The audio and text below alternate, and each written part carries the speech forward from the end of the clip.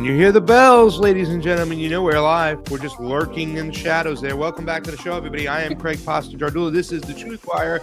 And here, of course, with me, my co-host and good friend, Fiorella Isabel. How you doing today, Fifi? First of all, don't call me Fifi. That's just a terrible name.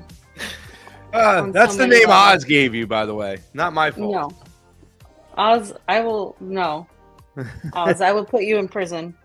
Oz is going in prison. Of course, on the ones and twos in the background, hanging on out, the engineer. And you got to see a little bit of what he does on his spare time with his video games. CheeseSlice, of course, is hanging with us. Fam, it's been a crazy week. A lot of things have been going on. Obviously, we did not get a chance to... What are you doing? This guy. It's been a crazy week, fam. We didn't have much. We had a lot of personal stuff going on last week. It is Thanksgiving weekend. We got a lot of family responsibilities. We didn't get a chance to go to Honduras. Maybe we should have. Looks like things are popping off over there. Yeah. But there's a lot to go on. We still haven't heard your opinions yet on the Marjorie Taylor Greene resigning. What AOC was supposed to be, it seemed like Marjorie Taylor Greene actually was. Even though she came from the right, she was pretty much anti-war in a lot of ways, or at least she came around.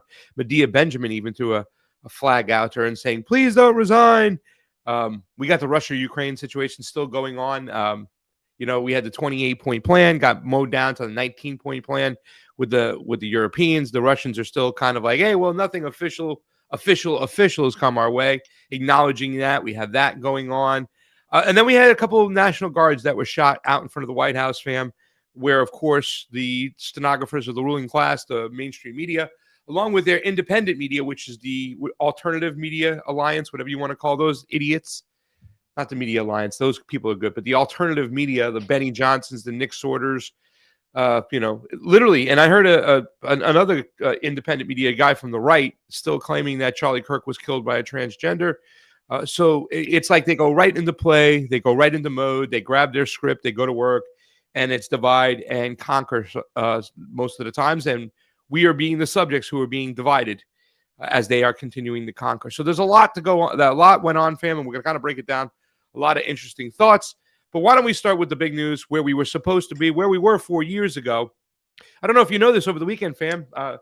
Juan Orlando Hernandez, where the obvious looks plain and simple that he is an actual narco trafficker. I believe the Latino people call them narcotrafico. How do they say it?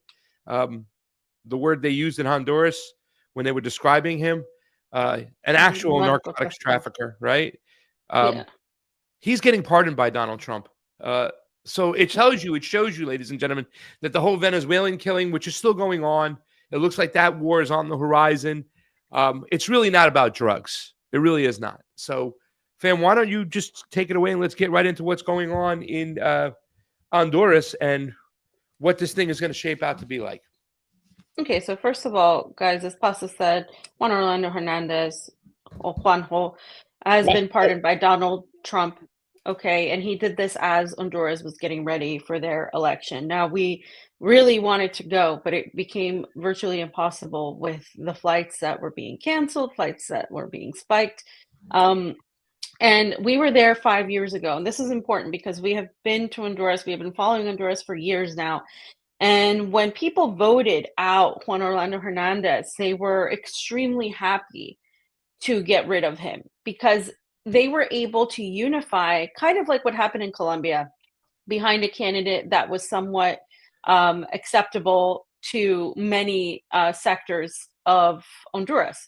Xiomara Castro was never somebody that was looked on necessarily as that radical, but she came in throwing a lot of punches, as you all saw. She opened up conversations with China. She opened up conversations with Venezuela that, of course, under Juan Orlando Hernandez, narco dictatorship didn't exist.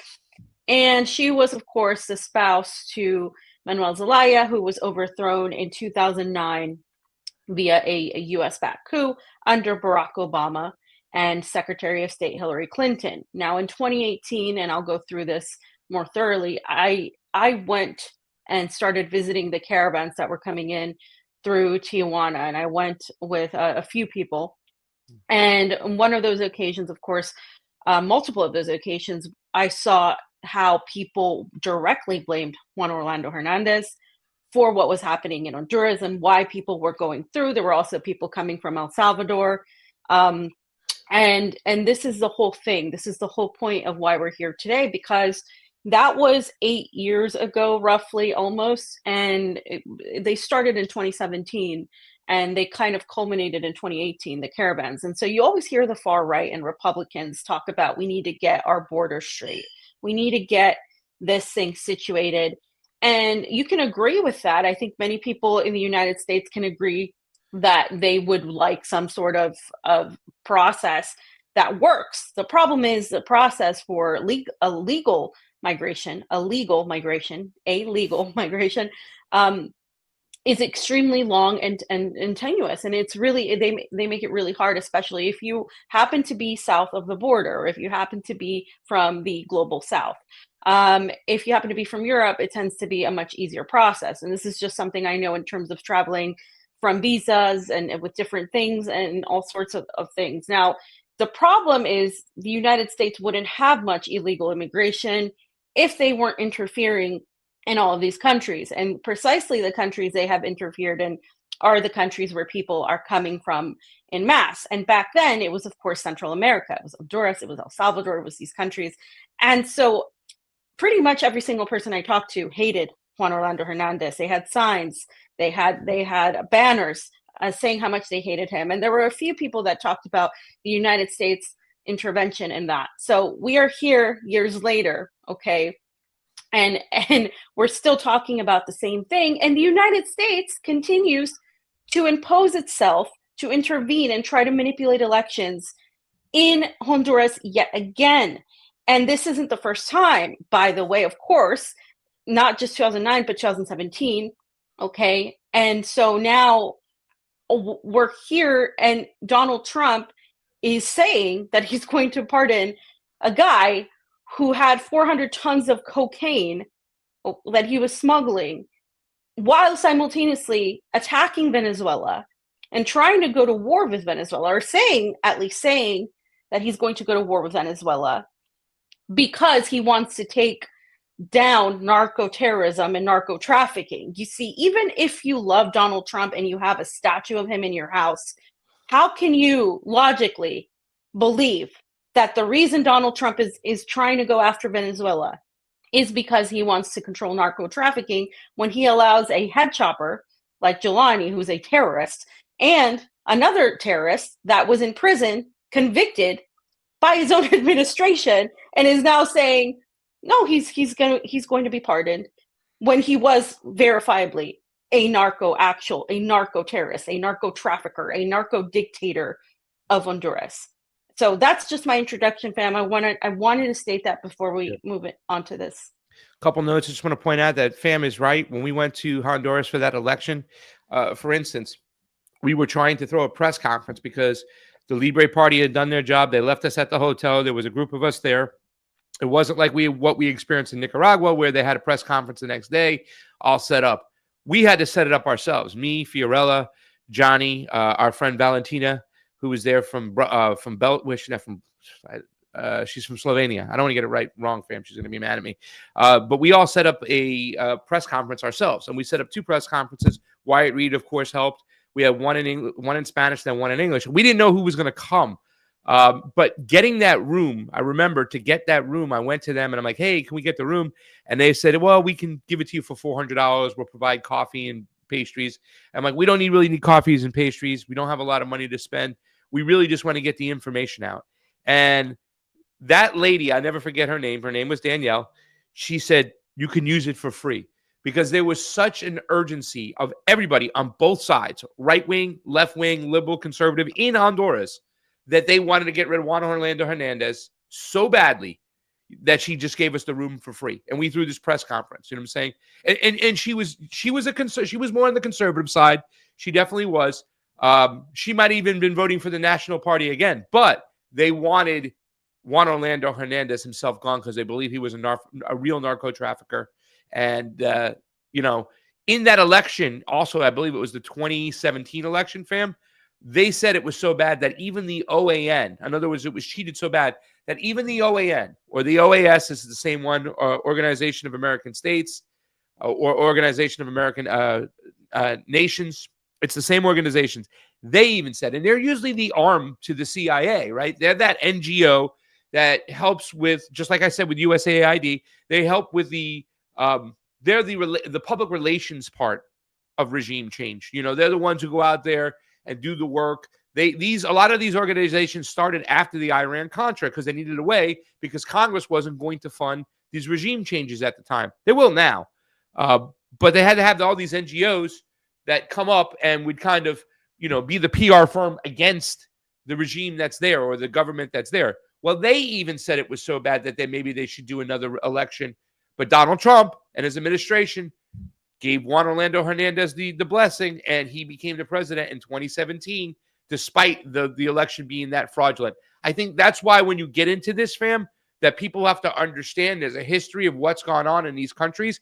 In Honduras, there's a lot of American bases, right? When Manuel Zelaya joined ALBA, when less than a week later, Madam Secretary Hillary Clinton of the Obama administration had him removed in the middle of the night in his pajamas for joining ALBA, for joining a military alliance with Nicaragua, Cuba, Venezuela. They said, you're out of here, right? So in Nicaragua, as opposed to Nicaragua, where there's no military bases, and Honduras, where there's like 4 or 5 U.S. military bases that have been there for quite some time, it's a lot more scary. I asked Manuel Zelaya, well, what's going to stop the United States from cooing your wife this time, Xiomara Castro, the same way they cooed you, right? He really didn't give he gave the politics answer, the politician's answer. But there's more of a concern in Honduras that the United States government can get control of that government a lot quicker, a lot faster than they could in countries like Nicaragua, Nicaragua, Venezuela, and Cuba. So as FAM is going into this story right here, keep in mind, there's U.S. military bases there, there's U.S. military personnel there, and this can get ugly, and get ugly really quickly. Go ahead, fam.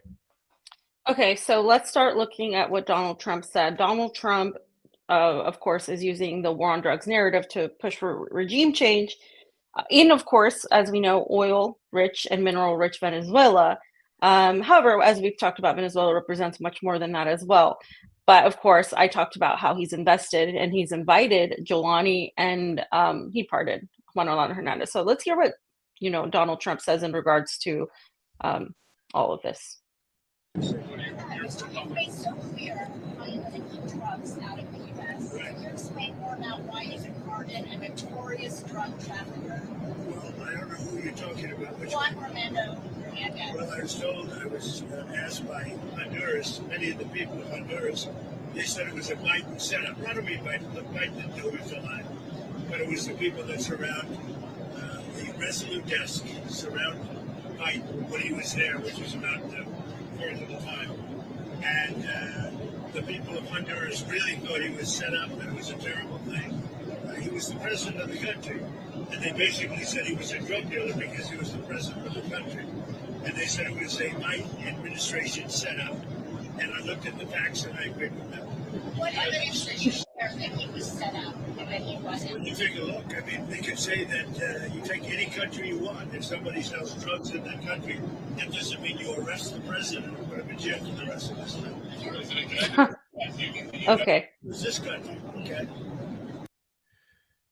Fam, it's so ridiculous, right? It's so ridiculous that anything he says, anything he's questioned about, he can play the blood versus Crips, America, red versus blue, Democrats versus Con. He could just feel Biden did it for everything, and people buy it, fam.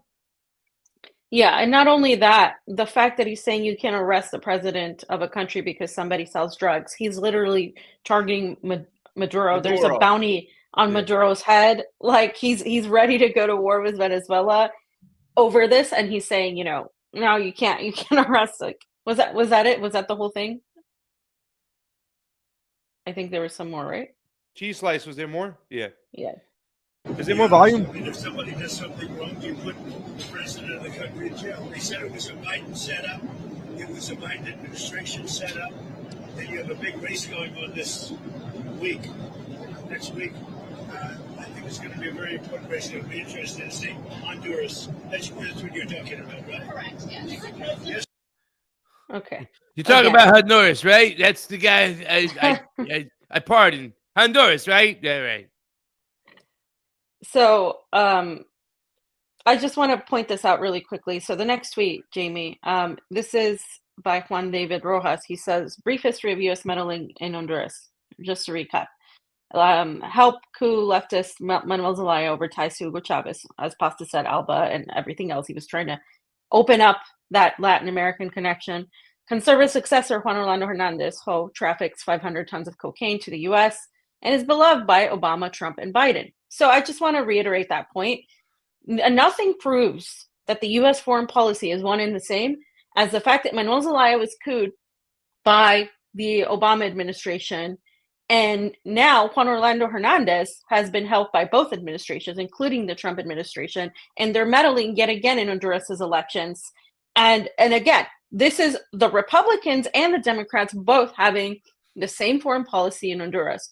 Zelaya's wife, Xiomara Castro, wins the 2022 election, extraditing Juan Orlando Hernandez, who was convicted and imprisoned by the U.S. Trump then accuses Venezuela's Maduro of narco-terrorism. And this is an important point. This is why Venezuela is so tied to this. Trump then tells Honduras not to vote for the left on Sunday and promises to pardon narco-terrorist Juan Orlando Hernandez. So this is what Trump said. I'm going to read it. Actually, Pasta, you do the honors of reading Donald. All right, let me get it up so I can see it nice and big. So it's under the Rojas. All right. If Tito Aspera wins for president of Honduras because the United States has so much confidence in him, his policies, and what he'll do for the great people of Honduras, we will be supportive. If he doesn't win, the United States will not be throwing good money after bad because a wrong leader can only bring catastrophic results to a country, no matter which country it is.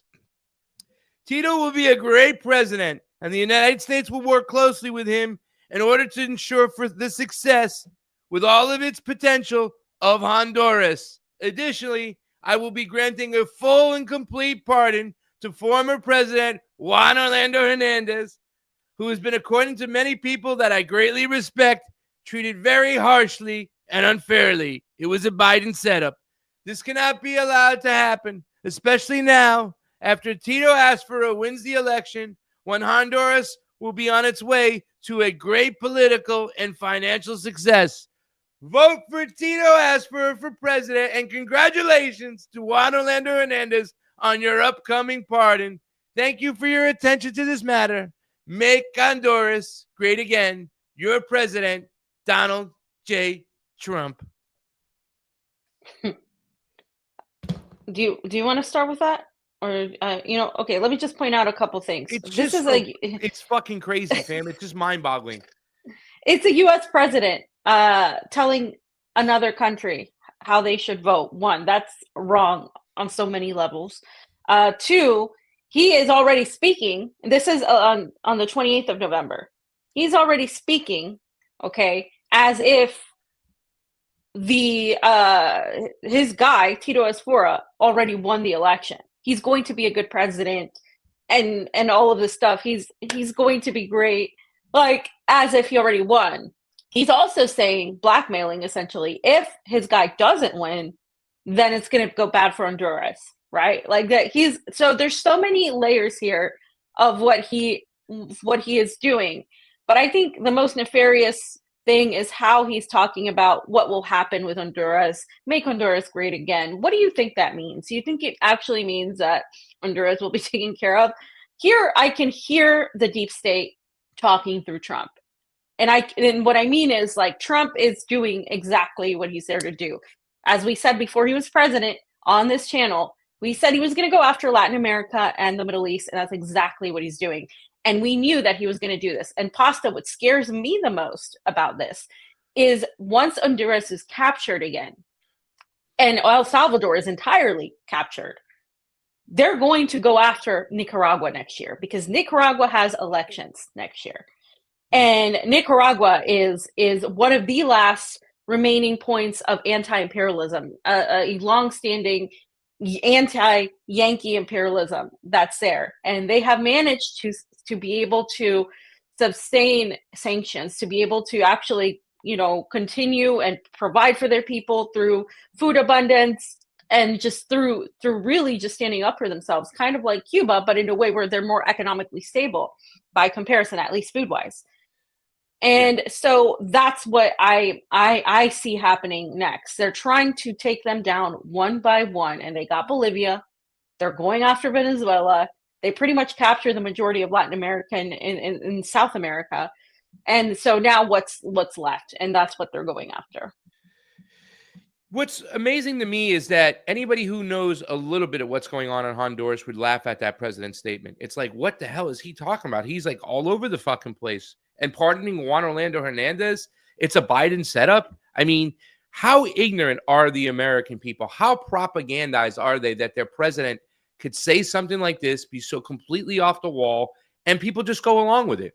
It's like he's giving the people confirmation bias, and he knows it.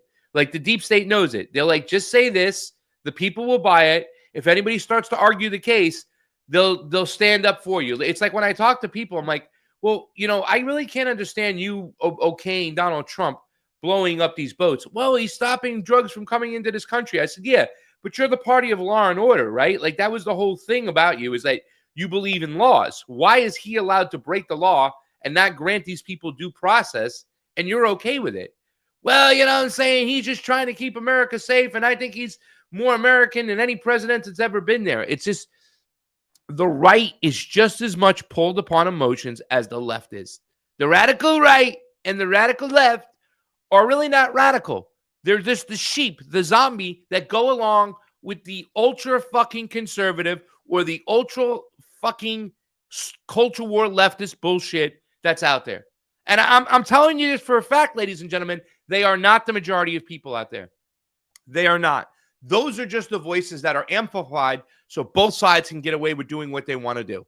And make no mistake about it, Kamala Harris went down to Honduras right after Xiomara got elected, and the Biden administration was fucking around with the affairs of Honduras. They were getting people to flip in Xiomara's party against it just so they would understand, so Xiomara would understand that the United States is allowing that presidency to go through of Xiomara Castro, the wife of Manuel Zelaya. It was a Democratic presidency. When he was removed, it was Barack Obama and Hillary Clinton. Okay, so it's the left and the right do the same thing, but they're all speaking to the low-hanging fruit out there. And right now, it's important for us to amplify our voices just to simply call bullshit. So, by the way, we know how Honduras' elections worked because we were there before, okay? And they work not as, they're not as organized and neat as, say, Nicaragua's elections, but they were pretty well done, and by comparison to ours, essentially a lot. And they were really anxious to get the people out there to vote, and they had a whole process. Now, there's a huge problem and discrepancy with the online results that have been displayed and then the actual results that have not yet been displayed. So initially, on preliminary voting and preliminary everything, there was that betting site.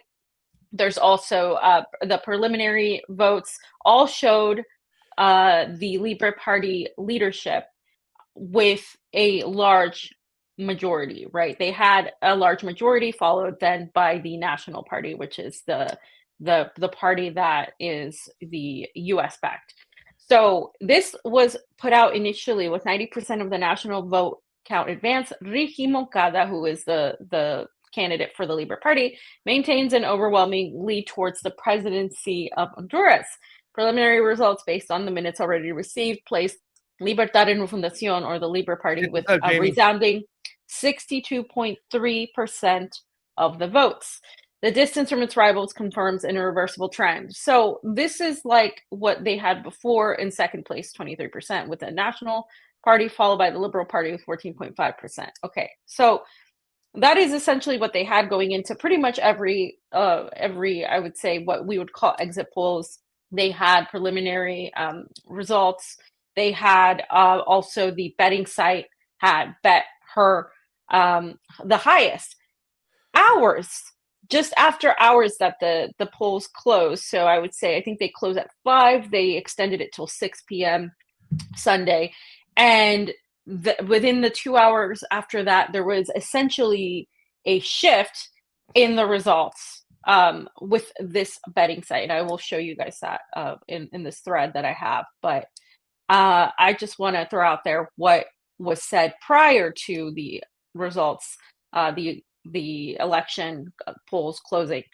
There was also this other percentage opinion of those. It says official results from the CNE in closing, the preliminary results at 7 have Richie Moncada with 907,673 votes, Salvador Nasrallah 786,917 votes, and Tito Asfura, this is the Trump candidate, 699,689 votes.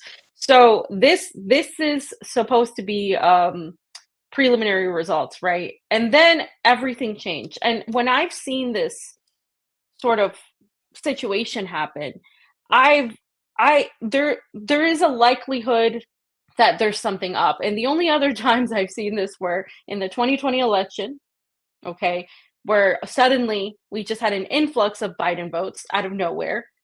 And CNN woke up and said, oh, Joe Biden is now leading. It really was coming off after that. In this case, though, what they started to do was say that the official results that were coming out were initially only coming from the biggest leadership, so the one that had the highest percentage of votes. So that's what they initially said, and they started trying to promote the right on social media and on their own media, started to say that the Asfura already won the election with 30% of the votes, and they started putting up their own graphics. And then other people had other graphics. And so it's become where like impossible to know what exactly are the results right now, because what it seems like, as was predicted, and unfortunately, as we talked about, I think a few weeks ago, is that there have been infiltrations and attempts to go into the CNE and try to control things via the machines and the mechanism. So I don't know if you want to say anything regarding the machines, Pasta. Yeah.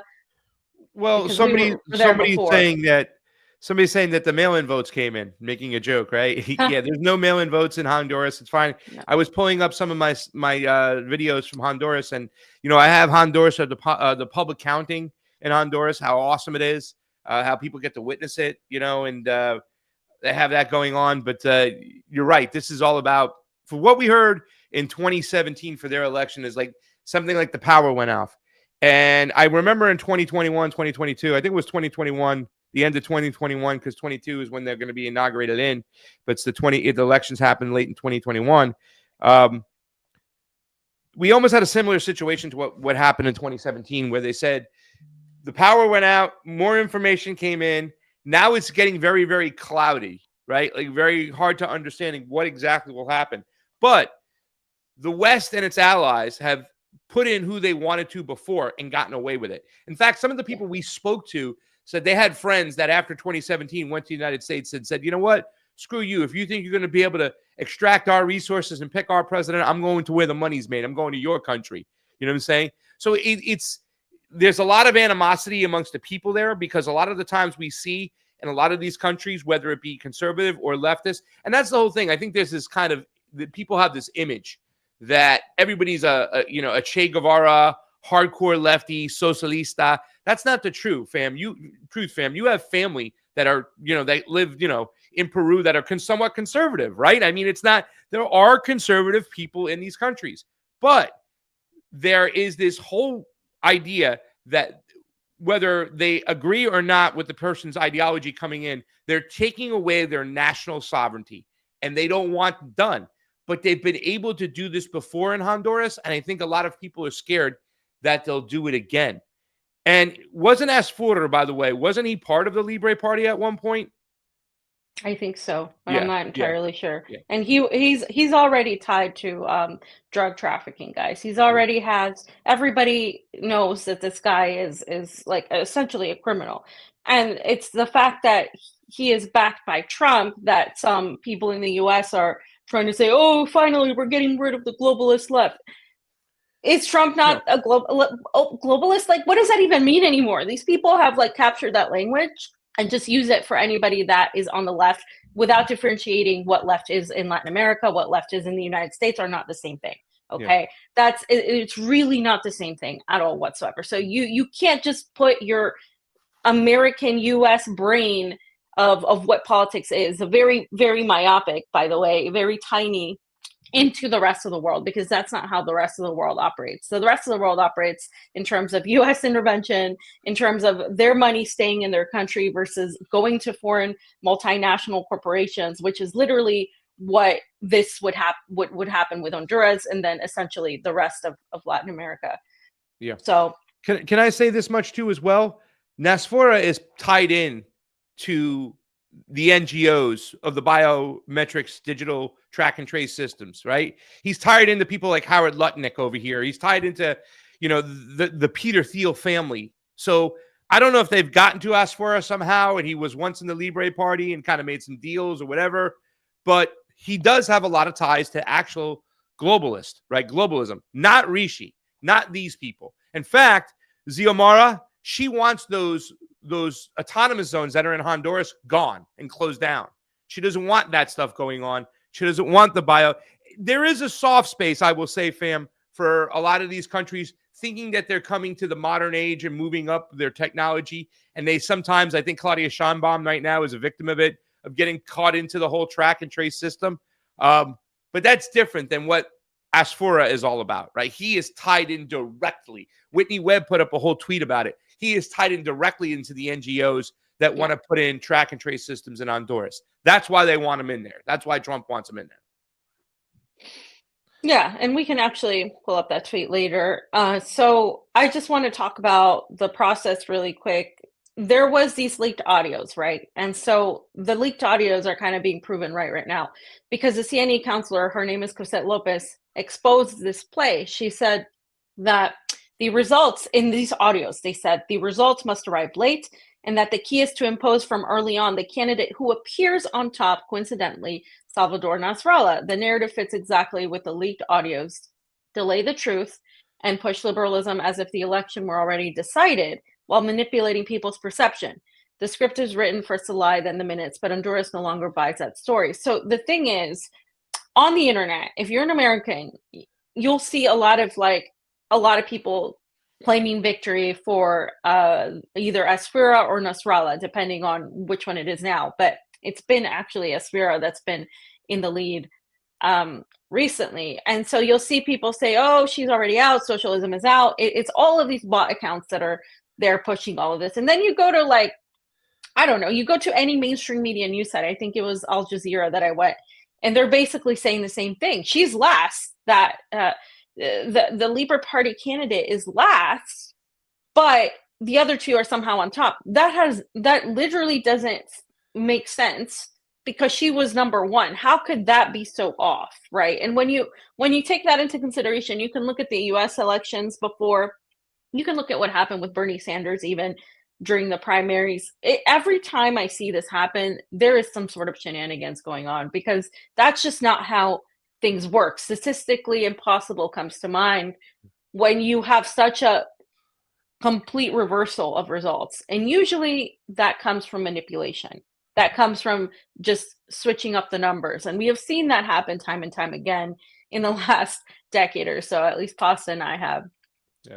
Within the United States, and we have of course seen manipulations outside the United States as well. So there is obviously something amiss here. There's an attempt to get rid of Xiomara because, well, not Xiomara, but the Labour Party, because they have been very open to having strong relationships with China, Venezuela, and also of course have been resistant to US empire more than the United States would like. And of course, since they're now on the attack against Venezuela, Nicaragua is another stronghold. So this is where we're headed. Let's continue. Keep going. So the next thing I want to pull up is this is a video from this gentleman, and I kind of want to, if you can just play it, I'll translate it. You can put it down low though. I'll translate it for you guys. But basically, the ground reports are showing that there's a U.S.-backed coup attempt underway in Honduras. This was late yesterday for us, and so he says of danger of fraud. The first results, the CNE Honduras. So he's talking. He starts talking about this. 255.972 votos. So she's announcing the results. 10,698 votos. She's just announcing the preliminary results that favor the U.S.-backed candidate.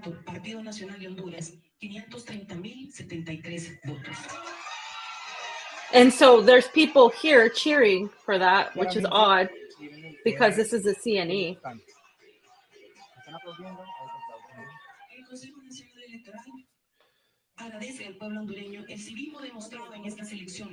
De esta manera estamos confirmando el fraude que quieren, el golpe electoral que quiere hacer la He's saying derecha this is how we're hondureña, confirming que está the manejando el election fraud. Consejo Nacional Electoral. That Dos the de tres consejeros son de la National Electoral oposición. Council Claramente, is estamos manipulating viendo cómo this. están dando unos resultados preliminares. How they're giving Únicamente preliminary con el results 30% de la only with votación. 30% of the vote in. En los lugares en donde la derecha es In the mayoritaria. places where the right will win, where they're, they have the most support. El resultado da como ganador a un candidato So de the la perception, derecha the point is to create the con el perception that they 30%, won, repito, only with de los 30% votos en donde la derecha es más fuerte. in the areas where the right is El strongest. golpe electoral de los We're 34 confirming audios the filtrados attempted coup, filtrados en donde la derecha estaría where results are being released in a certain way to create the narrative that the right is winning. And by right, they mean the U.S.-backed candidate. Con resultados preliminares.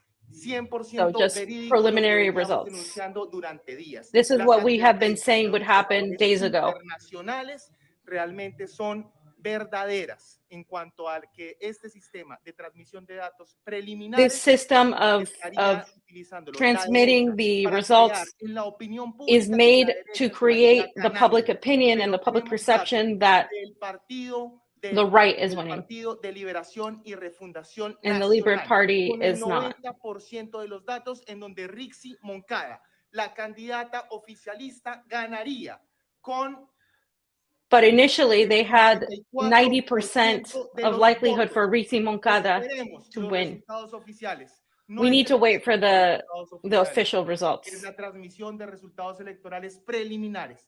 Es las actas. Son la totalidad. We need to look at the total tally sheets with the total votes, and basically you need to match them. And this is what happened when we went there. They needed to count all of the tally sheets and made sure that they match. If they don't match, then there's something amiss. And so that's what's happening now. So you're going to hear the right say, "Oh, the left is not what they're trying to steal the election. They don't want to admit that they lost." No, this is not how the process works. So the TR, I'll talk about it in a minute. It's the specific way this whole thing works, but it's a preliminary display of results, and that's not necessarily what is the actual tally and what people should be looking at. But that's the narrative that's being created. Do you want to say something? It's a form of narrative management, right? It's a form of manipulation. It's showing that what they're doing is, and he said it very clearly, what they're going to do is 30% of the vote in, right? But they're going to pick and choose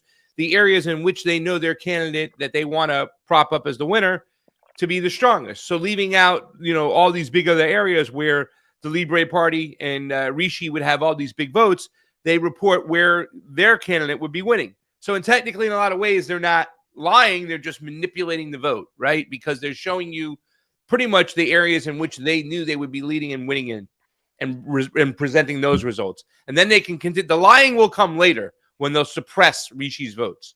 So that's what's going on here. It's very simple. He's putting it out there. And what I really like about the Libre Party, and I know Fam can attest to this too, is there's a lot of young people in that party, which I like. A lot of young people took the lead. You know what I'm saying?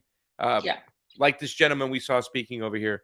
So, that's why I assumed, me at least, seeing that was the party of the future, because so many young people were involved and wanting that change, and Juan Orlando Hernandez gone. So I want to go through memory lane, fam, real quick. Jayme, if you can go back to that thread and go back to just follow the tweet thread, the second tweet under it.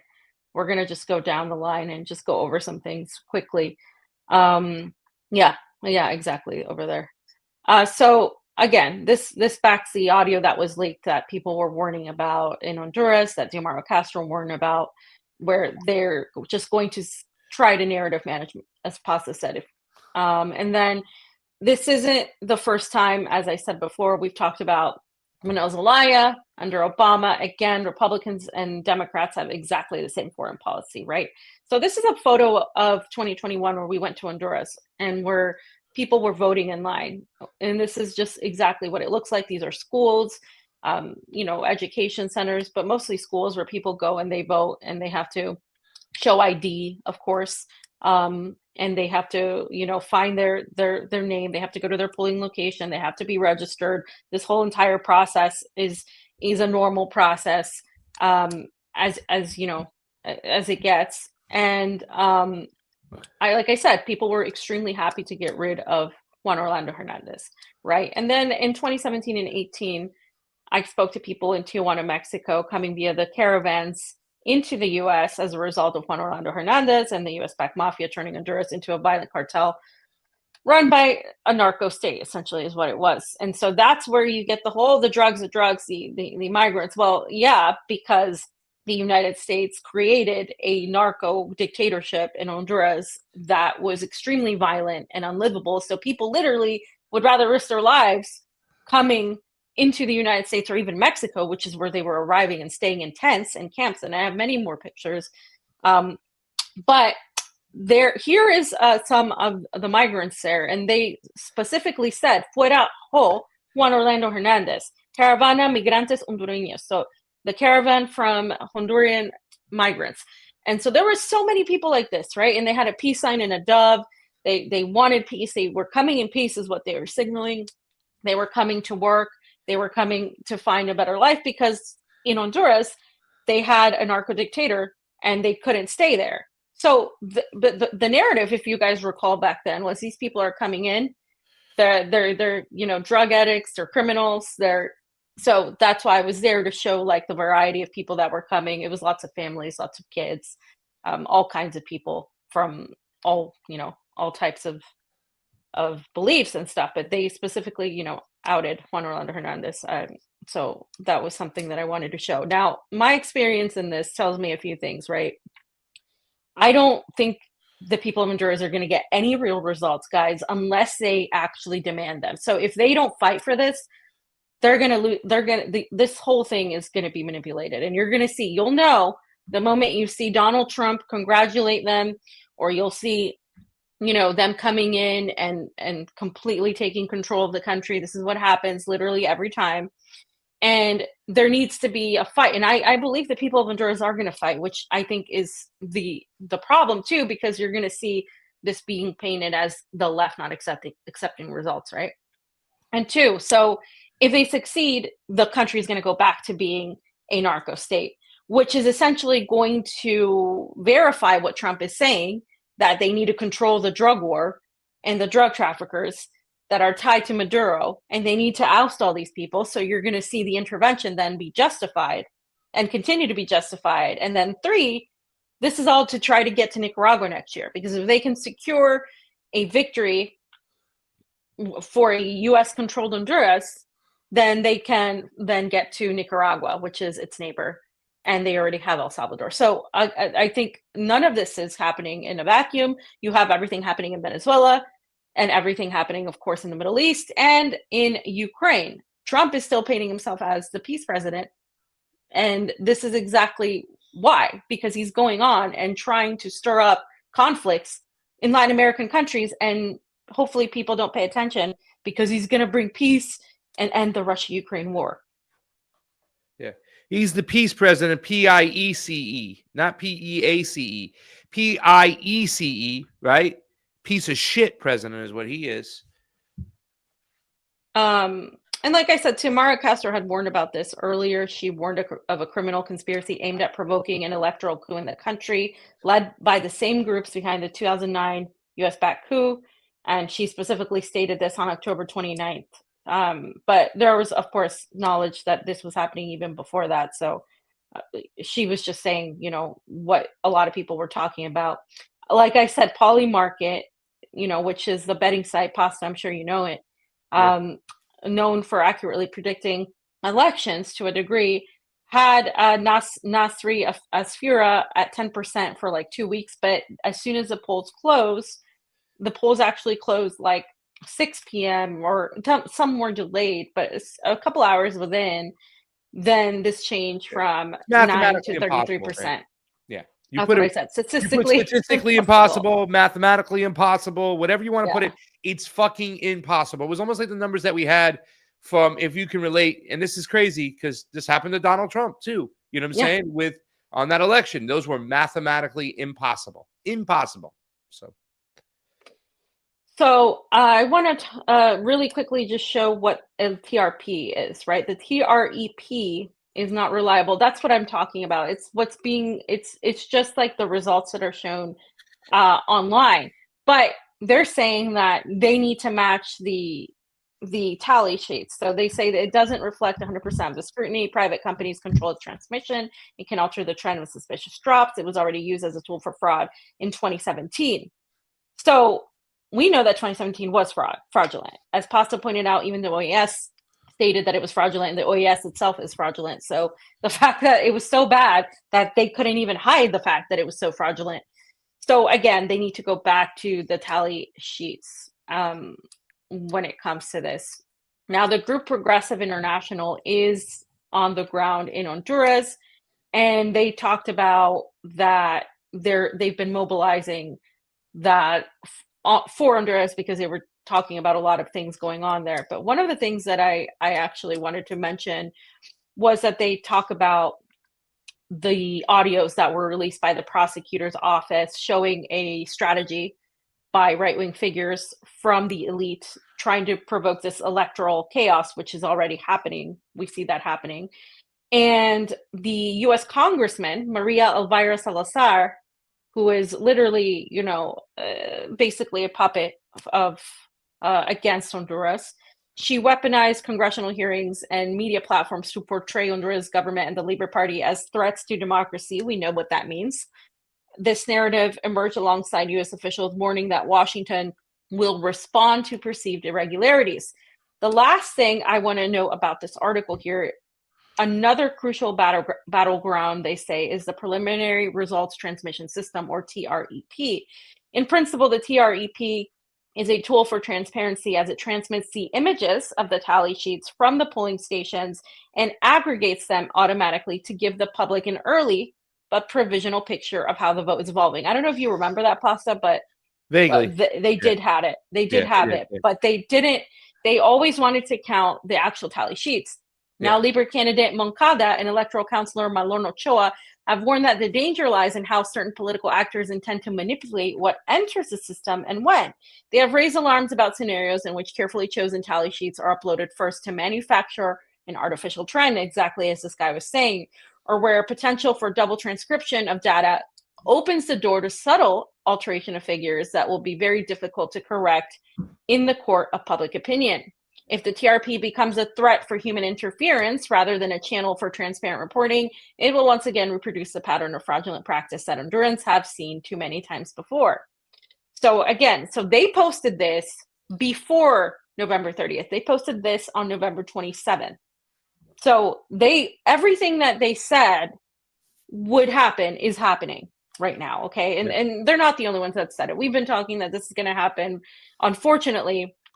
And you know, and now they also pointed out just yesterday that Maria Elvira Salazar broke the Honduran election law because you're not supposed to campaign against a candidate while this is going on. They have very strict rules, Pasta. If you remember, you can't, within certain feet, you can't say anything, even the weekend before the election. And so she openly campaigned against candidate Ricky Moncada as voters cast their ballots. And this is, again, just they're calling it election interference, U.S. election interference, and the general election. So these are some of the things that have already happened that have been pointed out. I would quote the movie, because they would have this, and they had this in Colombia too, I believe. This day of rest, like, what's this day of rest bullshit? Which is a famous line from John Turturro's character, the Jesus in the movie The Big Lebowski. What's this day of rest? Well, they have that where you can't campaign, you stop, you put down. There's no more out there. There's no more speeches. There's no more TV appearances. You've done your thing. Now it's up to the people to go vote. So there is an area which they can kind of go into. Listen, I really would like to point out really quickly, because it will be really quickly, that there are some negatives with it comes to the elections. You have to check in with your party, right? When you go there, and they would have food. And during the press conference, I made a joke and I said, well, listen, I told the Nacional Party, like, if you give me 6 pupusas, 3 gordas, and, a couple aqua fresas, then I'll vote for you. And there was a reporter out there. She goes, you asked for too little. She's like, you could have got 10 pupusas from the National Party, at least 6 gordas. So I don't like the fact that you have to check in with your own party when you go and they tell you where to go vote, whatnot. The positives there, the public counting, the tally sheets. This is something we said to the people of Colombia when we were there. Listen, I don't know what you're going to do with your time and your resources, but you can have someone at every single polling place with their phone. As the results come in, you can watch the counting and you can take a picture of the tally sheet. If you have a representative or 2 representatives at every single polling site, right, you'll get all the tally sheets. You'll know the count, because usually, and this is what had happened in Colombia in the past, is the numbers from the tally sheets didn't equate to what was going on when the central computer would spit out a number, right? Because once again, just like in the United States, that's proprietary software. It ain't open source. So whoever owns the software can manipulate it and give you different results. So as long as you have the numbers from all the tally sheets, right, you can show and say, hey, the numbers at the main tally computer, which is usually the official number, the official count, it's not matching. Can we look at this? Then you can really hold their feet to the fire. That's what they're trying to manipulate over here. They're trying to get it to the computer. They're trying to say the results from the computer are going to say Asfora or Nasrallah. They're not going to say Rishi Mancado. But the positive thing about the elections, it's in the purview of the people. They can see it. If we had these elections, I think the citizens would be so much more happier. It's almost in a way you can catch them cheating. Now, how do you prove it? That's the point. So many things that they have told us beforehand that would happen are happening because they understand how they're going to be cheated. It's the same old playbook, fam. Yeah, exactly. They knew that this was happening. Xiomara, other groups of electoral observers, journalists, we knew that this was likely what was going to happen. They told you via the audio leaks. They said that this is what they were going to do. So that was leaked as well. So it's a very obvious election interference. Obviously, they're going to hide that it's the United States, but we know with Donald Trump, he's pretty much let everybody know what's happening. The last thing I want to point out is, so far, this was most recent today, at this Centennial Presentation, Cabañas neighborhood of San Pedro Sula, the National Police arrested a woman for allegedly filling out ballots in favor of the National Party, according to a video circulating on social media. The images have caused a stir among neighbors and users who demand that the authorities clarify the facts and guarantee transparency in the electoral process. So we also don't know how things went down this day. When we were there, we were able to see what was going on. We were able to see, what was happening, but the process should be the same as it was 5 years ago, unless something changed. Yeah. So, yeah. It really pains me to not be there. It really pains me to see that there could be yet another stolen election in Honduras, reversing them back to a U.S.-controlled government, which will be devastating for them. And I think Donald Trump will try to impose some sort of similarity with El Salvador, and they'll try to sell it in that way. They'll try to sell it in that sense. And Nicaragua is next, and Pasta and I, whatever happens, are going to be in Nicaragua. Yeah. We're all, Nicaragua is, we love Honduras, but in Nicaragua, we have a history there, and it's kind of like it's one of the most beautiful places with the most beautiful people that I've ever, been to, and it's one of the last bastions, I think, in Central America that are standing. You have Venezuela, Nicaragua, and Cuba, and Yeah. that's it, like, essentially. Yeah. Well, right now, when it comes to this whole situation, there's usually a pause. They usually get around 60% and they stop. And they say, that's all the results. We'll give you more results the next day. So when we were there, Xiomara had a very decent sized lead, and a big enough lead that if it was in the United States, they would have called it for Xiomara, but they didn't. They paused. And we had to wait for the next day for the rest of the results to come in before we understood what's going on. That's what's happening right now. There are people right now. There are journalists. There are observers. There are citizens. There are politicians. There are everything, every single walks of life that are now in Honduras holding their breath, waiting to see the final results as they come in. But if something is going to happen, this could be something like, this is when it's going to happen right now, in between this time. If they're stirring something up and they're going to push through with it, if they have enough light at the end of their tunnel to cheat this, they're going to do that. We have to see what's going to happen. We should hear for any moment now about what it's going to look like, Honduras is going to look like in the future right now. And all we can hope is that the people of Honduras are the ones to be able to select their leader. And to me, it seems pretty clear that, the majority of those people want Rishi Moncada. The majority of the people wanted, Xiomara. So if that's what the majority of the people want, they deserve that. Their national sovereignty. So we have to see what's going to happen. How they're going to approach this. If they're going to cheat it, they cheat it right now. Claim Asfoura and Nasrallah, either one of them the victor, and move on.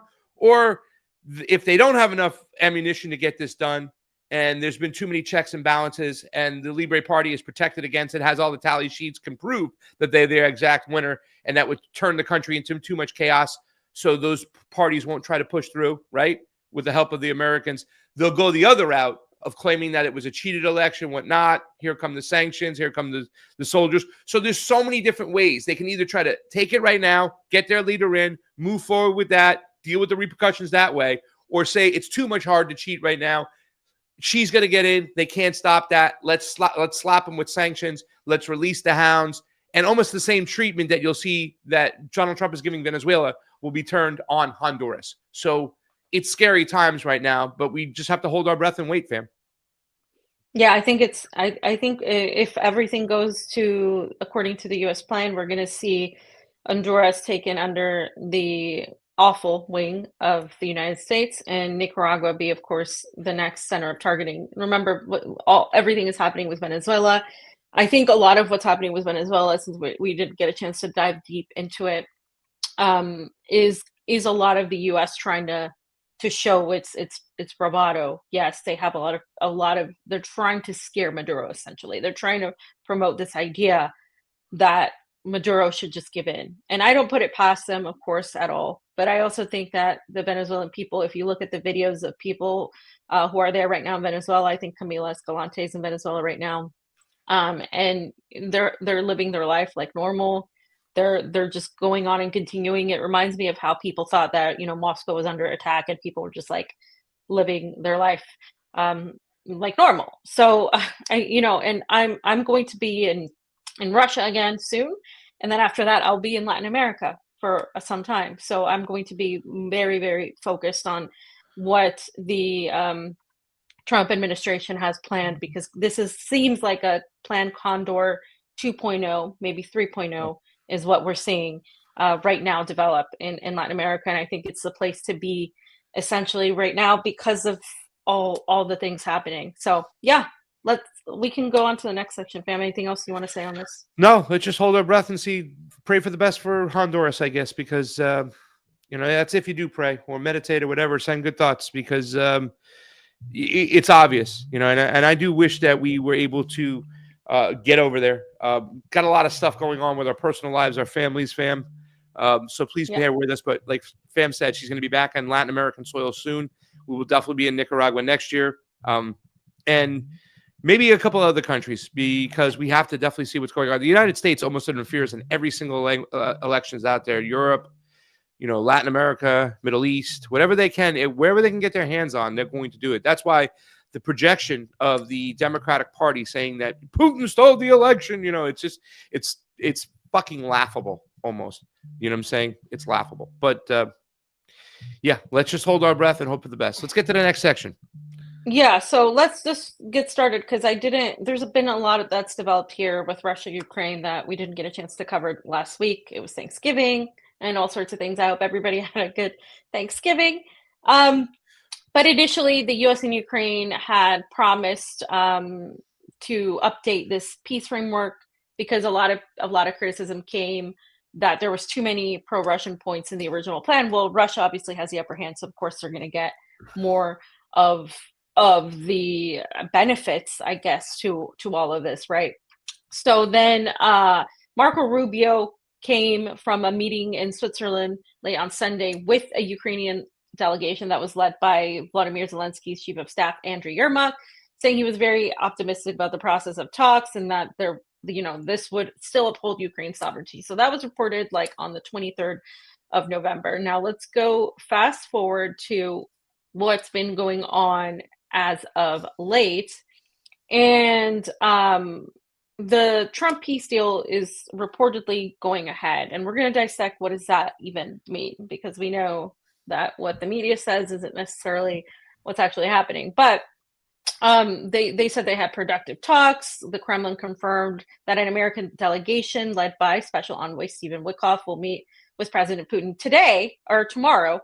And they said that some tough issues have to be worked out. So keep in mind that Russia is 8 hours ahead of US EDT time. So by the time this is happening, it's in the morning there. It's going to be the middle of the night here. So we'll likely get some information as to how this went. But the reason why I think this is they're actually serious about pushing peace deals are because they have been talking about economic collaboration, the United States and Russia. They've been talking about like putting actual things down on paper. You have Kirill Dmitriev, who, yes, does not have the final decision, but he has been publicly chosen by the Kremlin to be the one that's out there putting a lot of information. And a lot of people, are upset at this because he's kind of showing a lot of support to Trump. And there's a lot of people in Russia, Russians and non-Russians, who are like, what are you doing? This is like not a good look. Why are you trying to suck up to Donald Trump? Well, the as I've been saying for like a year or more now, the Kremlin, like the body of government, wants to end this war. They want to stop this war as long as they get what they need out of it. They're not going to give up Donbass. They're not going to allow Ukraine to join NATO. Like, these things are already a done deal. But the fact that Jared Kushner is out there, right, having these conversations, meeting with Rubio, they met in Florida with this delegation from Ukraine. And the fact that this is happening is actually quite scary, because if you see the people in the room, you have Marco Rubio, who's a deep state puppet, like everybody knows this. You have Jared Kushner, who wants to make luxury properties in Gaza. And these are the people that are handling this peace deal. Do I believe that the United States fully wants eternal peace with Russia? No, of course not. I would be stupid to think that. But do I think that Russia will take this deal that's being called Minsk 3, essentially wrapped up in a box?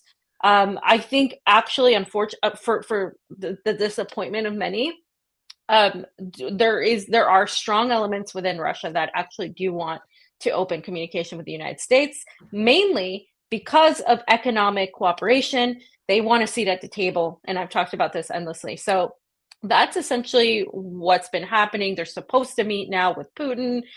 This is supposed to be, a huge deal. There's a lot going on in Moscow. And now, I wish I was there tomorrow, but I'm not going to get there till the end later in this week. And I think we're going to be seeing this actually move forward as much as possible. There's a lot of people that are in denial right now, saying, no, Putin's not going to do this. He doesn't trust them. That's not what I'm getting from what the Kremlin's putting out there and from what Kirill Dmitriev has been putting out there. And you may not like Kirill Dmitriev, but it doesn't matter, because guess what? He's the one that's been out there putting all of this information out there. The Kremlin would not allow him to do that if he wasn't supposed to, guys. If he wasn't selected to do that. They don't do things like on accident. Everything is well thought of. Everything has to be approved and not approved. And it's a process. And I'm telling you, this is how it works in terms of the bureaucracy of how things are done. If you don't have a piece of paper, you don't get that approval. So this has been all thought out. And while Kirill Dmitriev, as I said, doesn't have like the final say of how decisions are made, he is extremely influential and he's in Putin's ear. So I do think we're going to get that. There's going to be a lot of people that say, no, this is just going to be, nothing and it's not going to go on. I actually, this time, I do think this is going to push forward one way or another. I don't know how quickly, but it does seem like we're going in that direction. Pasta, anything to say quickly? Well, what parts of the 28-point deal are being swapped out and not met? Because we understood there would be certain things that would be met and not met. In Minsk 1 and 2, I think they had somewhere under 100,000 troops, in which Ukraine was agreeing to keep, inside their country. In the 28-point deal, they listed like Ukraine could have close to 600,000 troops, right? It was like, I don't think Russia's going to go for that. Now, I certainly don't think that if that's the only thing that they had to deal with, that they would probably reach a number. But what adjustments to the 28-point plan, especially when we saw Zelensky and the Europeans shave it down to 19, right? And I don't want to say that we shouldn't pay attention to what they're saying, but they weren't part of the negotiating deals. I think at the end of the day, this was Witkoff and Dmitry Krivili sitting down, right? He went to meet Witkoff like 3 days after, I believe after Alaska. I'm not sure. They started working on this not too long after, and it looks like it's those two that are working on this. But the Europeans weren't involved when this was getting put on paper. So I don't think that they're a main, factor in this whole situation. I think that it's a situation that if we obviously believed what was in front of us, Donald Trump would say, listen, you can't survive with the Europeans. You either go with us or you fall with them. So shut up, take the deal, save what's left of your country. They're not giving up parts of the Donbass. They're going to retreat from the areas they've been advancing on, but they're going to keep the Donbass. They're going to keep Crimea. You're allowed to have X amount of troops. I mean, I think that 600,000 number was put out there so that the Russians would settle like on 250,000 and say, okay, we'll give you 250,000. Donald Trump can then use the optics of under Minsk 1 and Minsk 2, fam. They had less than 100,000 troops, but I, along with my padre, Mr. Witkoff, negotiated so that Ukraine could have 250,000 troops. Like, he can use the optics of that. But what part of this 28-point deal is going to go away where the Russians aren't going to say, we're not taking this? And what parts are they really firm on, in other words? Well, they're not going to give up Donbass. Yeah. And they're not going to want to give up some of the conquered territory already. They're going to have, they're willing to give up some of that, but I don't think they're going to give up a lot of it. And the thing is, I think you're right. I think Zelensky was brought to reality a little bit. And this is why I think this is moving forward, because I think Zelensky, with all the corruption scandal that's been ongoing, right? Yeah. That is also a part of it. The fact that Putin doesn't even want to talk to Ukraine because he doesn't consider it a legitimate government. He doesn't consider Zelensky a legitimate leader of a legitimate government. So he's not necessarily, willing to bend to that. This is why you're seeing yet again the negotiations happen between the United States and Russia. In fact, the Kremlin said that they're only talking to the United States. That also excludes NATO, excludes Europe. That they're not involved in this. And that's also an insult, of course, to them over there, because they can't provide for Ukraine. Everybody knows that. They're not going to be able to do it.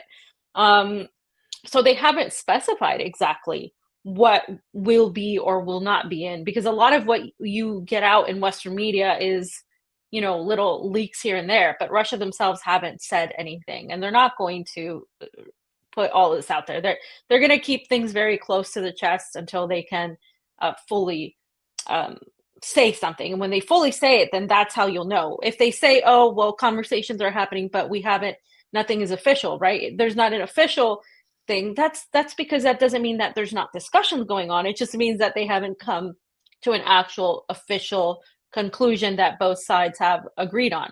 But obviously, Moscow has the upper hand, and they're not going to agree to anything less than keeping the Donbass, maybe having some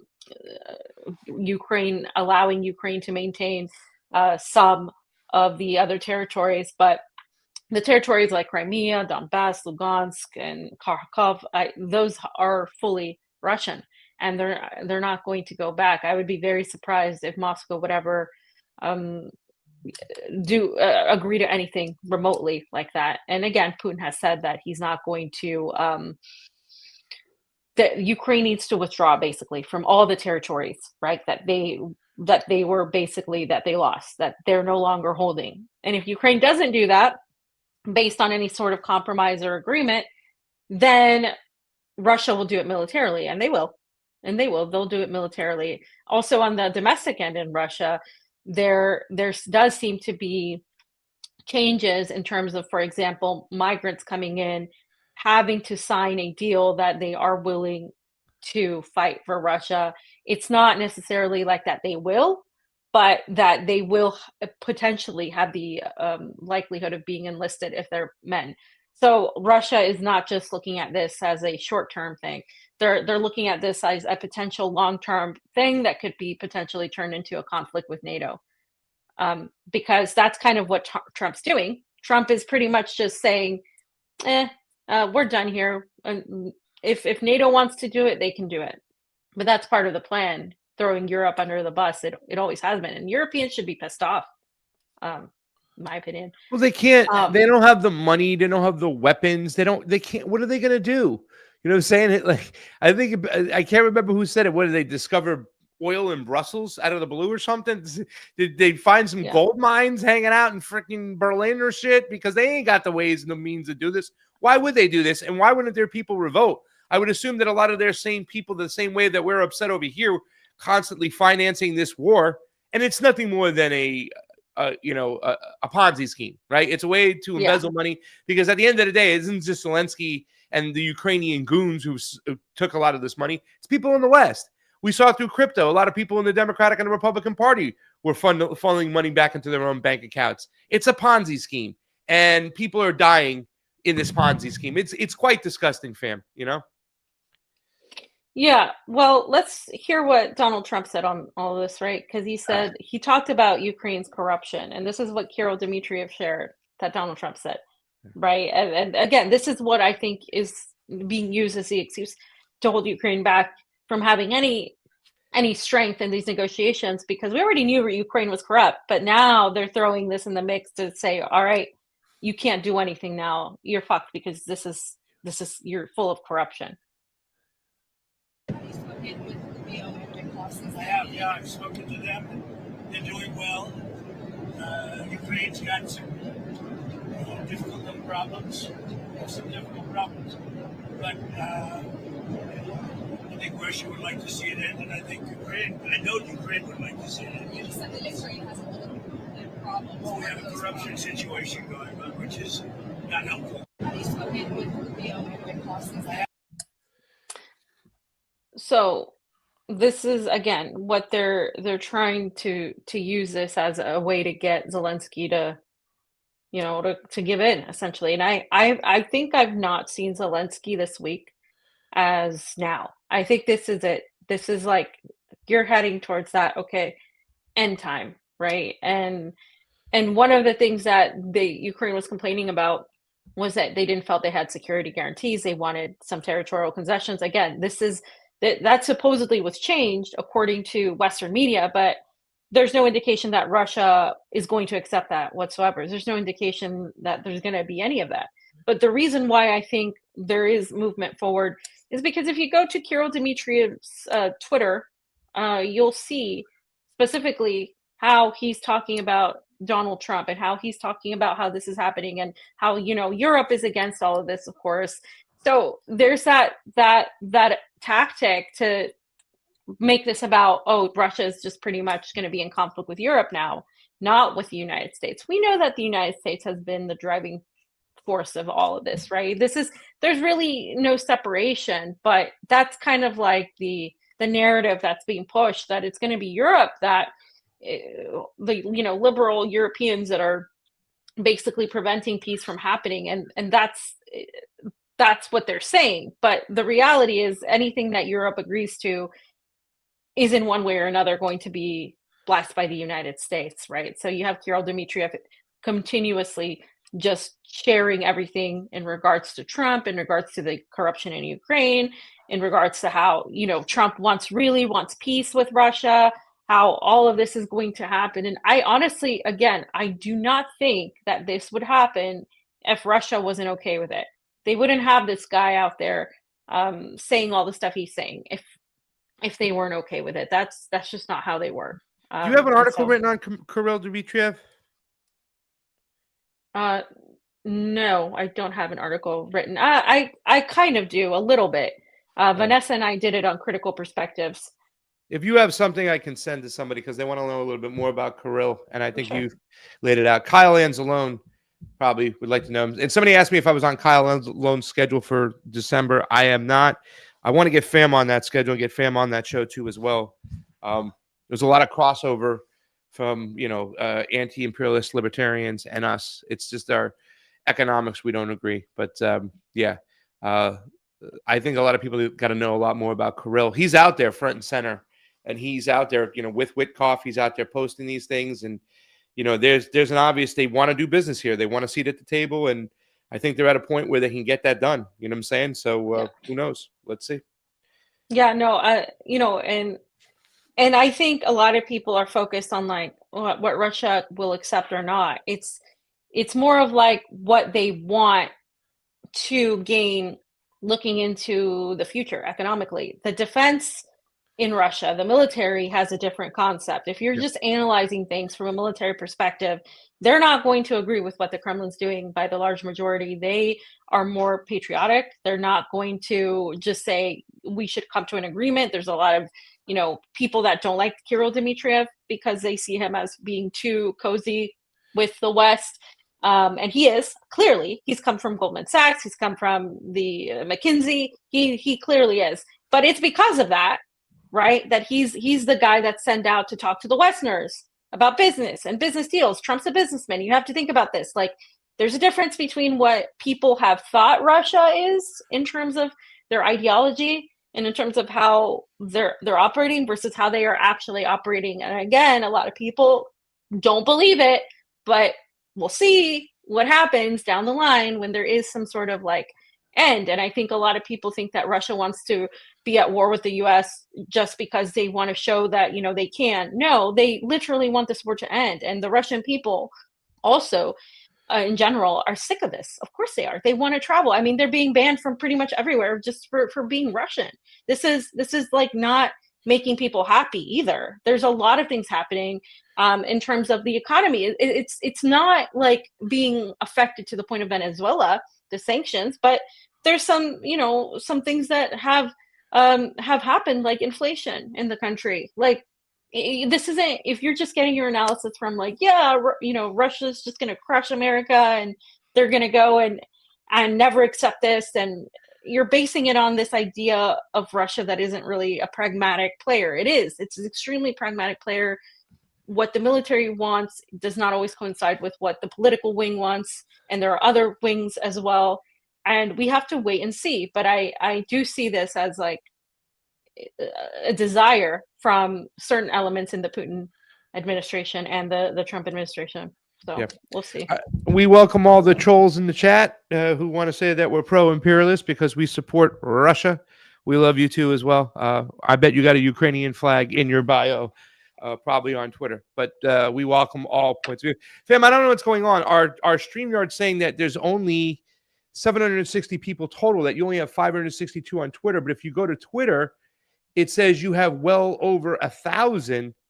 It says on the Twitter that you have almost 1,100, but StreamYard's only reporting less than 600. Weird stuff going on, but we don't know how many people are out there. But we want to thank you all. All the ways to help independent media are down below in our descriptions over there. You can click, donate. I want to thank a special thank to Margaret Villa for sending some love my way directly. That was really nice of you. Friendly Brilliant out there, Fred Edward. We love you guys. All those people hanging on out. Some of the old school people have been popping up. Thank you so much for your support. We're going to keep it rocking. I just want to say to the person in the chat, I think you missed the conversations that I've been having with Pasta, about Kirill Dmitriev, about Russia, about the conversations I've had with Vanessa Beeley regarding Russia's interference or involvement in Syria and their latest UN SC vote. They're it's abstention, right? It's non-veto. My criticisms, if you think I'm just, pro-Russia, you haven't watched anything I've been saying, because I'm pro-sovereignty. I'm pro-people deciding what they need to decide for their own individual countries. And even if I don't agree, that's just how it is. That's what they should do, what they should decide.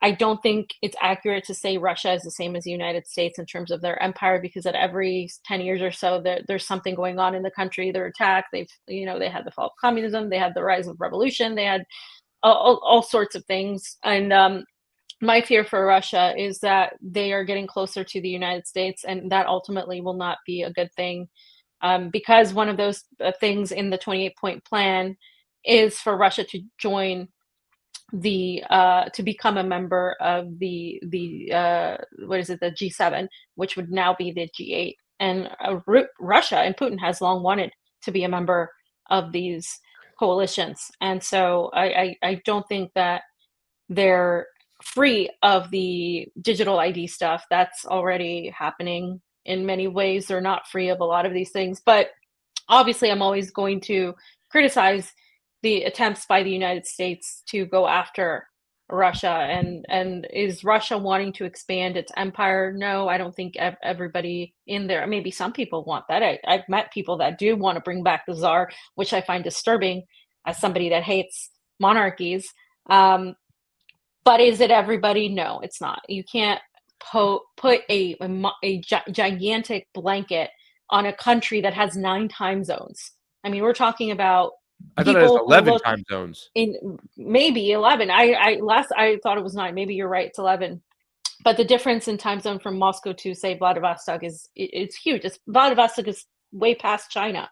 Like it's huge. I don't think people realize how huge it is. And somebody wants control of that, right? And there's a lot going on in terms of the geopolitical shifts. So if anybody's been watching anything I've been doing, they wouldn't say that at all.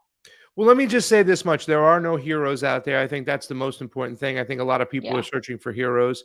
However, when people try to equate Russia's actions, whether it be pro-imperialist or pro-superpower, or China, what they're doing too, for instance, what they're doing in the Sudan, what you've been reporting on with Vanessa, at the end of the day, I still say this much. Once, I'm an American. I can be accountable for my own country's government. That's who I have to speak of. That's who I have to talk about.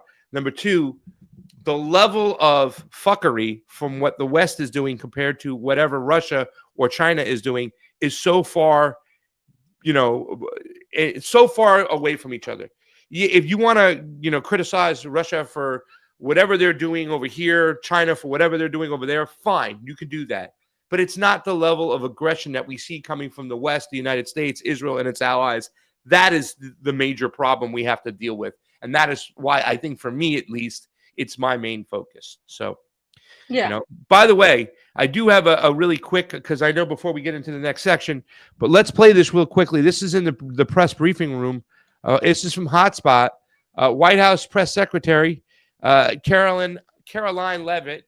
Don't go into the light, Carolyn. Confirms that the U.S. military conducted a second strike on the suspected drug vessel in the September 2nd attack to make sure survivors from the initial strike got killed, fam. They're just openly admitting to this shit now. Caroline, excuse me, regarding Venezuela, the president said yesterday that Secretary Hegseth had denied that second strike, the reported second strike on an alleged drug vote on September 2nd, the secretary said to the president that didn't happen. But to clarify, I just wanted you to clear this up. In his social media post, Secretary Hegseth didn't go into details about that strike. He just said U.S. operations in the area were lawful, and he said that the story and media reports were fabricated. So to be clear, does the administration deny that second strike happened, or did it happen? And the administration denies that Secretary Hegseth gave the order. The latter is true, Jayme, and I have a statement to read for you here. President Trump and Secretary Hegseth have made it clear that presidentially designated narco-terrorist groups are subject to lethal targeting in accordance with the laws of war. With respect to the strikes in question on September 2nd, Secretary Hegseth authorized Admiral Bradley to conduct these kinetic strikes.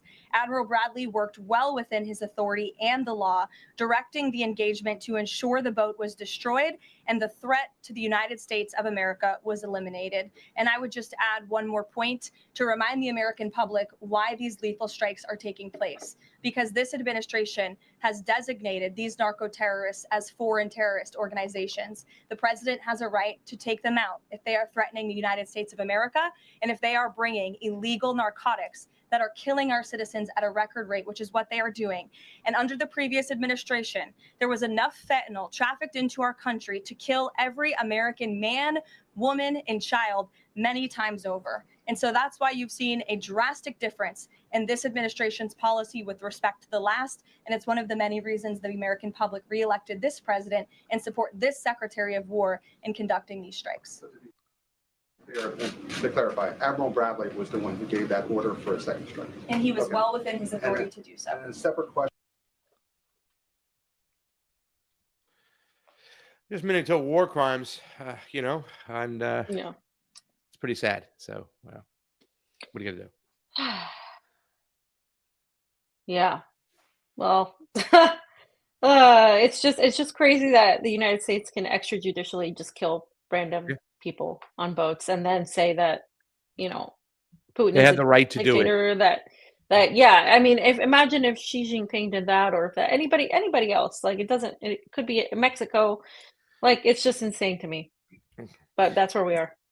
All the links down below to help out independent media are there. Thank you so much. If you can afford to do so, we do appreciate it. Let's talk about this. This has been going on for a while. It's almost a week and a half since it's happened, fam.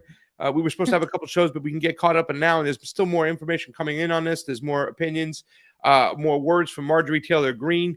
If you don't know, she is resigning. I think it's in January. A lot of people on the left, a lot of people on the right who are upset with her. The pro-MAGA people, right? Which the pro-MAGA people are not make America great. They're the MAGA people, make Israel great again. You can't be America first if you're Israel first. I think I was the first to say that, but a lot of people are getting all on board with it. And that's what MAGA has become. Pretty much just people like Matt Walsh, Ben Shapiro, Laura Loomer's, the pro-Israeli people, and a lot of the other MAGA people, the America first people have walked away, gone, see you, I don't want to be you. Including Marjorie Taylor Greene herself, who said she's out. But let's get into this, man, because I really want to know your thoughts on this, because there are a lot of people on the left who are attacking her basically for her beliefs on transgenders. And, like Medea Benjamin had a video where she was asking, she said she was the most anti-war voice in the Republican Party. She'd really appreciate what she's done. Medea was asking Marjorie Taylor Greene to stay on, not to resign. Mm-hmm. But Medea would also point out the fact that there was things that she didn't agree with her on, that she would go to her office and she'd see a sign that said there are only two genders.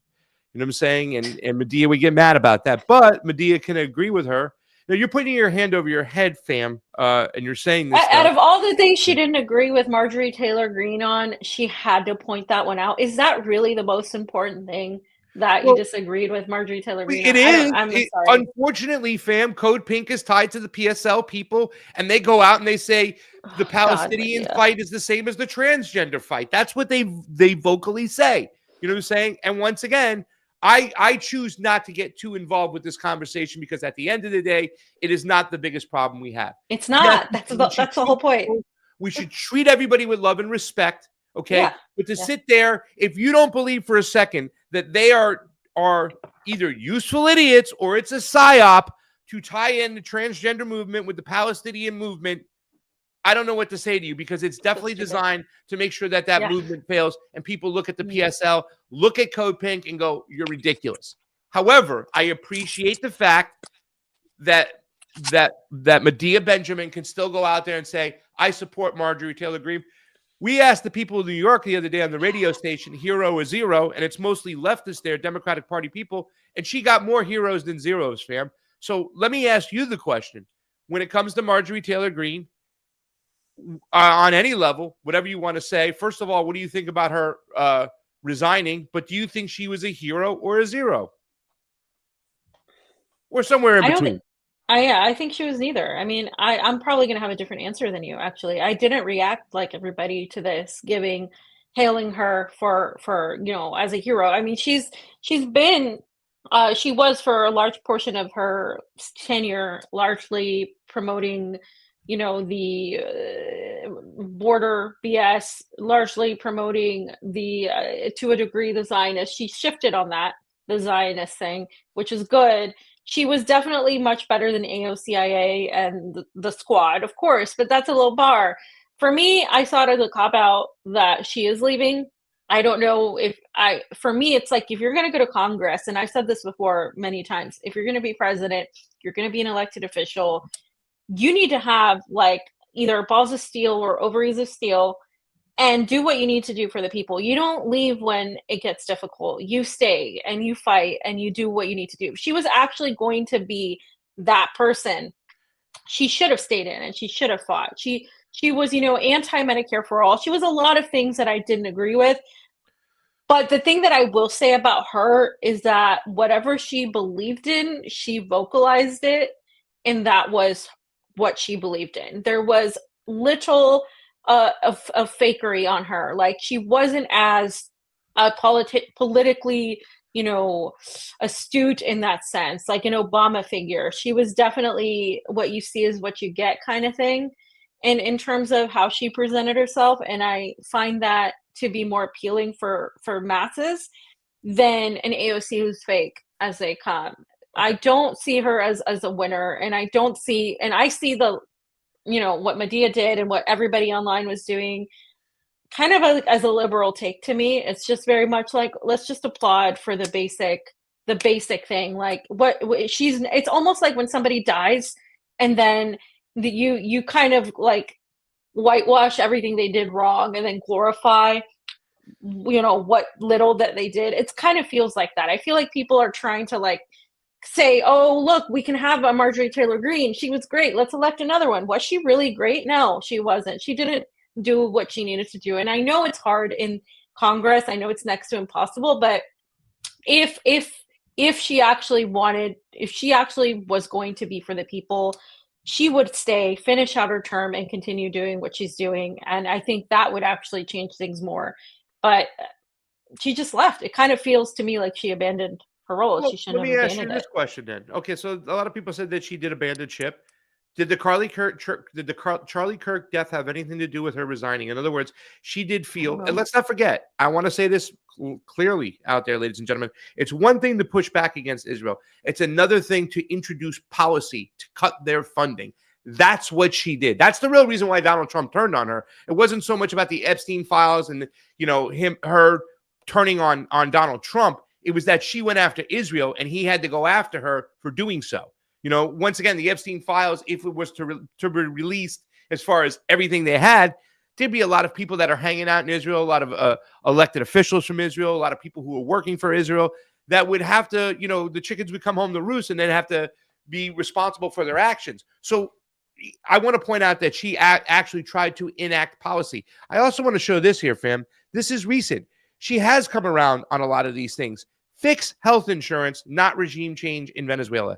That's from December 1st, 2025, 8 a.m. this morning. So I would like to ask you, number one, do you think the fact that Charlie Kirk getting whacked and a lot of people feeling that Israel had a high hand to play in that, right? We also believe personally ourselves that it was a lot the West working together. We don't think it was Israel acting alone. I definitely think that to push a civil war, a culture war, Charlie Kirk, everybody was very emotional on it. And you can still see to this day, there are people out there still blaming transgenders out there for killing Charlie Kirk. Like they're literally repeating that lie.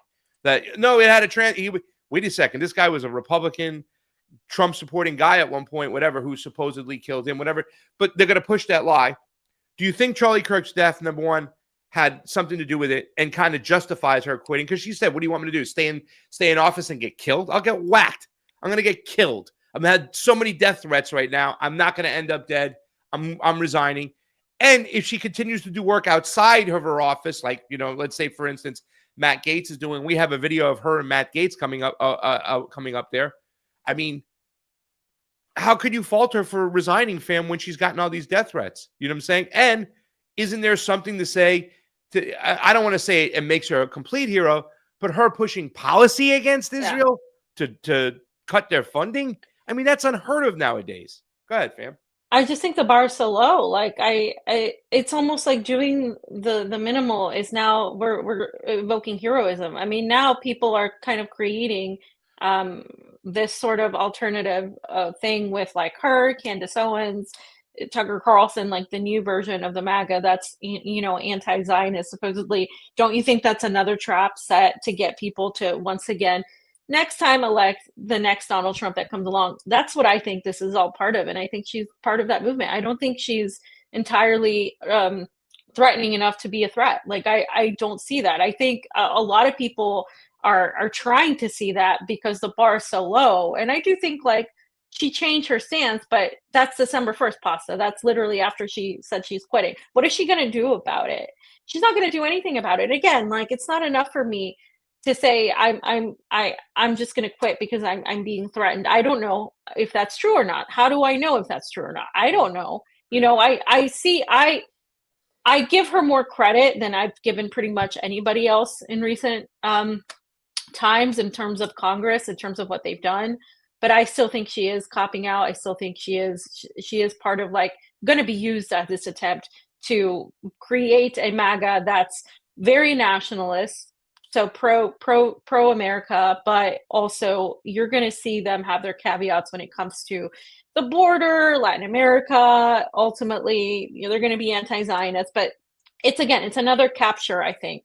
Yeah. And somebody else commented that as well. I actually agree with you, whoever that was, Negra Stormenta 2865. I agree with you. I agree that they're preparing a new MAGA. They said, "Are we supposed to believe her? Yeah. Is this not damage management propaganda? I see it as preparing the new MAGA, the new falsely." I agree with you 100%. I think this is all part of that. The Candace Owens, because they're coming from that part. In fact, I see Marjorie Taylor Greene even less than that. I think, like I said, she was actually genuine in her positions. Like, how she felt was how she felt. And for that, I will credit her. But, I just got to say, look at this right here. Fix health insurance, not regime change in Venezuela. And she was saying recently, fam, I'll let you jump in. I'm so sorry. She was saying recently, I think she was coming around, and once again, people talk about Charlie Kirk coming around. I think she was way more coming around than Charlie Kirk. She was even saying, Israel gets free college for their citizens. We pay for it. Why don't we get that? They get free health care for their citizens. We pay for that. Why don't we get that? So I think she was coming around even on health care. I think she was coming around to some socialist views, at least seeing the fact that we spend trillions, billions, trillions, quadrillions, whatever goes, what's after trillions, so much money on war and all these other things, fighting wars for Israel, military industrial complex, that why can't we spend some of that money on our citizens? Some of the people in her district, I think, could have used some help with their health care. And I think she was coming around to that. Here's something she said with Matt Gaetz not too long ago, a couple weeks ago. Another thing, it's one thing to say it. It's another thing to enact policy, to push against these people. That's a whole nother shit line you can't cross. Marjorie Taylor Greene and Matt Gaetz. Here's the thing. Let's talk about the social media influencers. I made 2 posts about this today. I find it highly offensive as an American that social media influencers can get paid basically under the table and no one knows who is paying them and who is sponsoring them. So today I made 2 posts. I made one post calling for any social media influencer, if they are getting paid by a foreign country, that they have to register under FARA. They have to register under FARA through the Department of Justice. The second post I made probably about an hour ago is I posted that, as a matter of fact, all social media influencers, they should have a badge or an icon or a different color check mark that lets the American people know that they take money for their posts, whether it's political, corporate sponsorships, or on behalf of a foreign government. I think these paid social media influencers need to, it's just like on TV you have to talk about who is sponsoring your program. Broadcasters have to say this message is brought to you by XYZ. I think it should be the same for social media influencers. But the biggest part, Matt, is when it comes to them taking money from foreign governments. They should have to disclose that. They should have, it should be made available to the American people. And especially our MAGA influencers that are so-called America First. You know, the biggest message they need to hear is they're not America First if they're taking payments by a foreign government. Okay. So once again, I'm not getting a Marjorie Taylor Greene shirt, fam. I'm not going to go out there and campaign. You can take that down, CheeseSlice. I'm not going to campaign on her next thing. I don't think she's our hero or our savior. I'm just pointing out the fact that things that she is saying, they're opportunistic for us in the media to push forth on it. You know, some form of our activism to push forth on it. Talking about registering in the FARA Act, right? This is something that JFK wanted people to do, right? You know what I'm saying? This is how far back it's going. And she's even kind of calling people out that were used to be on her side. And I just think there's opportunity here. I think there's more positives than negatives with Marjorie Taylor Greene, flailing on the way out the way she is. Maybe it just points to the fact that, again, there's I feel like there's a lack of political understanding of what it means to be, just because she's saying she wants healthcare for Americans doesn't make her a socialist. It doesn't even make her position socialist. I think that she is still an America First nationalist type of character, but she is more of a non-interventionist, and that's also a political wing that doesn't exist in the United States, really. Like, I guess the libertarian is where that would be, more conservative on certain issues, but still, anti-interventionist, not anti-imperialist. So there's a difference. And I think a lot of people are seeing hope in this and optimism. I tend to see a more realistic approach, like, as to what she signifies. I don't like to kind of put so much of what I would like people to be on politicians, because I'm not getting any proof that she's really shifted her political ideology. More so like she's seen what's happening around her and is reacting to it. And I don't think it's a bad thing. I think maybe there were slightly more positives with her, but I still think it's a cop-out. And by the way, she voted for the big, beautiful bill that did a lot of damage, and she didn't even read it, and she voted for it. And then she had second thoughts about, the AI portion, but she voted for it. And it's now, a lot of people are upset about the big, beautiful bill because it has a lot of damage with health insurance. It's doing a lot to damage people's affordability to cover things and illnesses with health insurance. And it took nurses who are professionals off and put clergymen as professionals. I mean, this is a lot of things were passed in that big, beautiful bill, which is a completely, totally surveillance state bill. We broke it down on this show. And I think she doesn't get away with that. She voted for it. And I think that's something kind of like the CARE Act that I'm not going to forgive somebody for voting for. So if I'm too harsh, whatever, I just don't buy a lot of these things that are being thrown out there. Do I hate her? No, I think, like I said, she's more genuine than a lot of the other politicians, at least. So we'll give her that. Yep. And, when a bunch of Jewish activists were at the Capitol saying "not in my name," pushing back against what the Zionist Israel was doing, she was screaming, "This is an insurrection!" Like, shut up, Marjorie Taylor Greene. Like, they're sitting down, saying it, whatnot. And also, this next post, if we could put it up, this is something that she's getting a lot of criticism for. That her time in office, she made a lot of money. Her net worth of $700,000 when she entered Congress is now worth $25 million. How did this happen? They're also pointing out, fam, that she's resigning right when her pension becomes eligible. You know what I'm saying? Yeah. This is what a lot of people are pointing out too as well.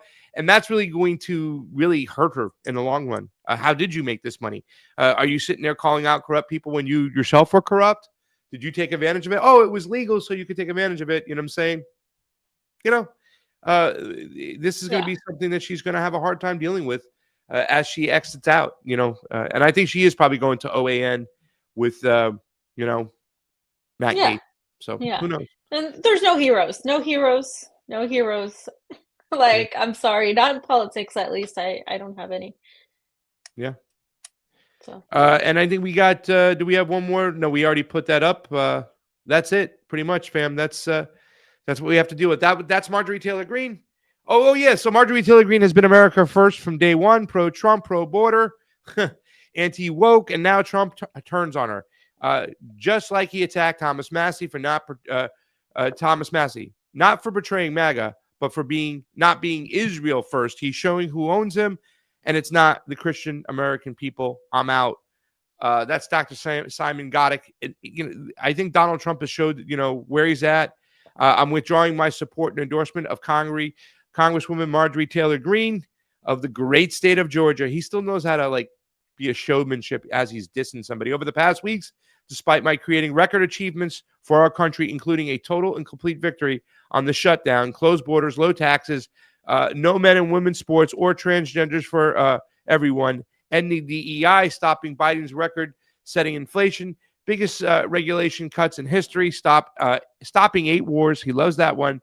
Rebuilding our military, being respected by every country in the world, as opposed to being the laughing stock that we were just 12 months ago, having trillions of dollars, record-setting invested in the U.S., and having created the hottest country anywhere in the world from being a dead country just 12 months ago, and so much more.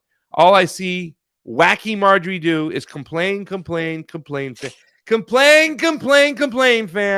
It seemed to all begin when I sent her a poll stating that she should not run for senator or governor. She was at 12% and didn't have a chance unless, of course, she had my endorsement, which she wasn't about to get.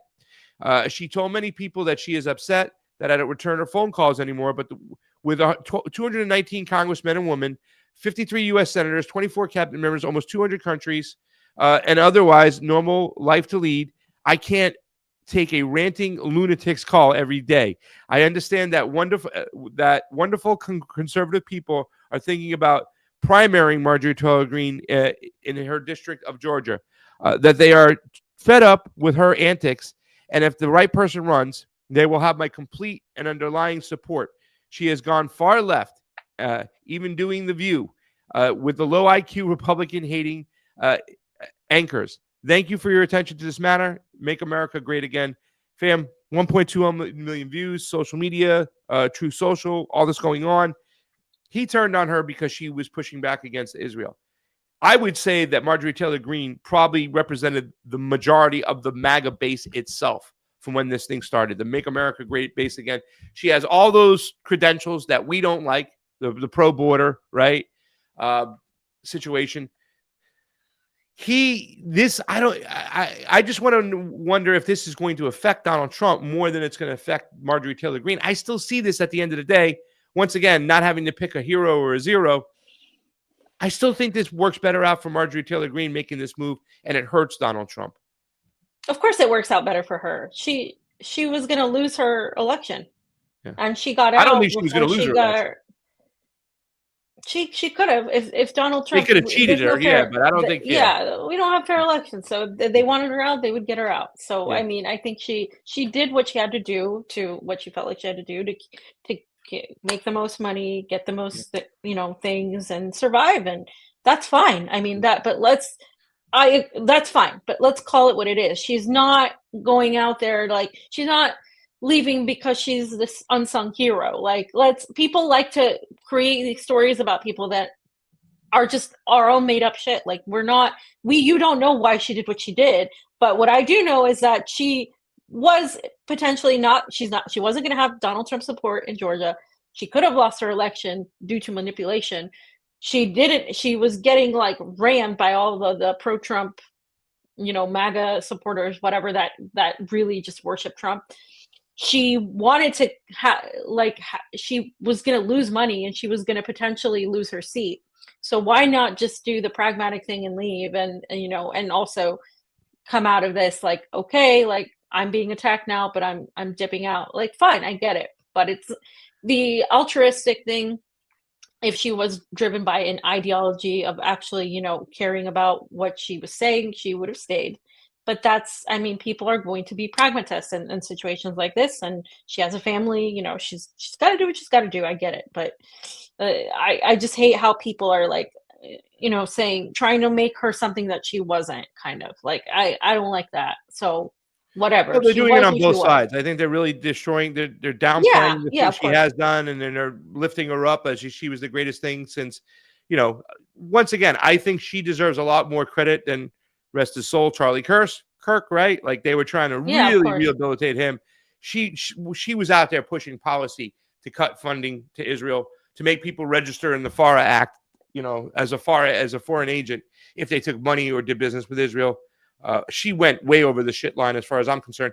And my last thing I have to say, isn't it kind of crazy that it's another congresswoman from Georgia who upset their president and their base that is getting the heave-ho? If we remember Cynthia McKinney with Barack Obama and Rahm Emanuel saying, oh, she's not playing nicely, and they were like, we're getting rid of you. This is almost the same thing over here on the right. It is kind of crazy that it comes from the great state of Georgia, fam. There's something in the water in Georgia. Something's going on in Georgia, right? Yeah, there's something there. All right. So Mhm. let's get to this last subject real quick. We'll blitz through it really quickly, fam. We don't know. Listen, we're not going to push any conspiracy theory here. We want you to decide. We'll just present the evidence to you as well. At the end of the day, I think that you know, Jayme, why don't we play my video first on RT real quick? I was on RT. I did a quick brief talk about this. 2 National Guards were shot near the White House. Of course, the mainstream media went right into mode, fam, pitting people against each other. You had everybody blaming this is the radical left. This is what they do. It turned out that he was an alleged Afghani refugee, right? Nationalist of sorts. So now it's the anti-Muslim mentality coming in there. I don't know who pulled the strings, what's going on. I don't know if this is a situation they're just taking advantage of us. But at the end of the day, the ruling class will do anything to divide us. And we need to be aware of that because they're also not going to tell us the truth. They're going to lie. Here's my appearance on RT the other day. Former U.S. Presidents Joe Biden and Barack Obama have also condemned the shooting in Washington, D.C. Biden, whose administration allegedly allowed the suspect to enter the U.S., said he's heartbroken over the brutality. Meanwhile, Obama wrote on his social media platforms that such violence has no place in America. The co-host of TruthWire news outlet Craig Pasta Jardula says that the ruling class foments such violence in order to pit the American people against each other. Every year we see more and more what people would kind of classify as political violence, right? It's coming to the doorsteps of the politicians. So at the end of the day, I think that more and more people are realizing who's to blame for a lot of the problems we have here in the United States, and that's the ruling class. So some people, whether they be sane or insane or mentally well or mentally unwell, they're taking it to the doorstep of the politicians. It's no surprise to me that this happened very close to the White House. I can tell you this much, that the ruling class wants us fighting different types of wars other than class wars, right? Talking about the people, the citizens of the United States, that they would rather us have us fighting a religious war, a race war, an ideology war. So we're not fighting a class war and looking at them. So anytime something like this happens, we never know for sure who's behind it or who's really pushing the buttons or who's to blame. We know for sure, though, that the ruling class will take advantage of it, and they'll use their stenographers in the mainstream media to pit people against each other.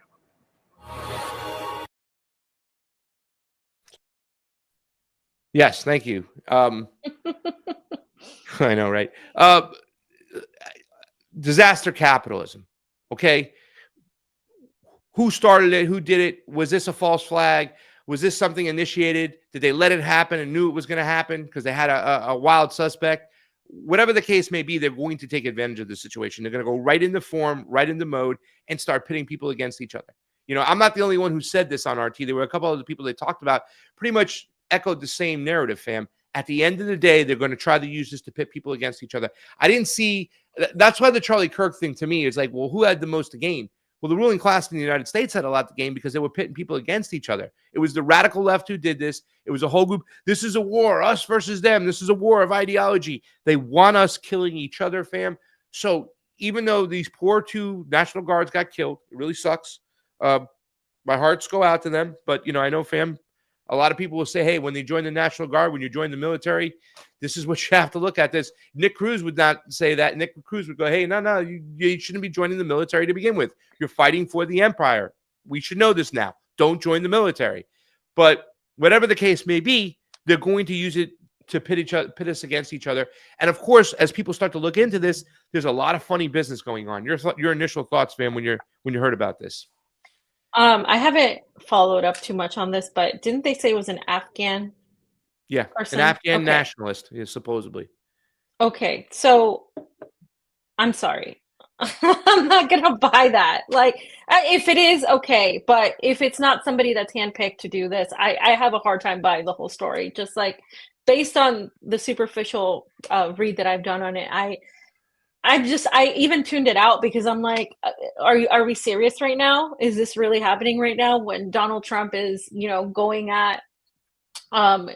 after Muslims and doing the whole, expansion of Greater Israel and trying to start things with narco terrorist groups in Venezuela and all this stuff. It just seems like too obvious to me, especially with what's happening in Lebanon. There's been several attacks against Lebanon by Israel, and this whole situation is getting out of control. So also in Iraq, I don't know. I find it really suspect that some random Afghani guy is gonna go and just kill National Guardsmen. Like, I just don't buy this anymore. I don't buy any of the narratives we're getting, and the way it was done around Thanksgiving, another added layer of this, right? The Muslim terrorists are everywhere. I think we're going to be seeing more instigations like this towards the narco terrorist trend, and also the terrorist in general trend.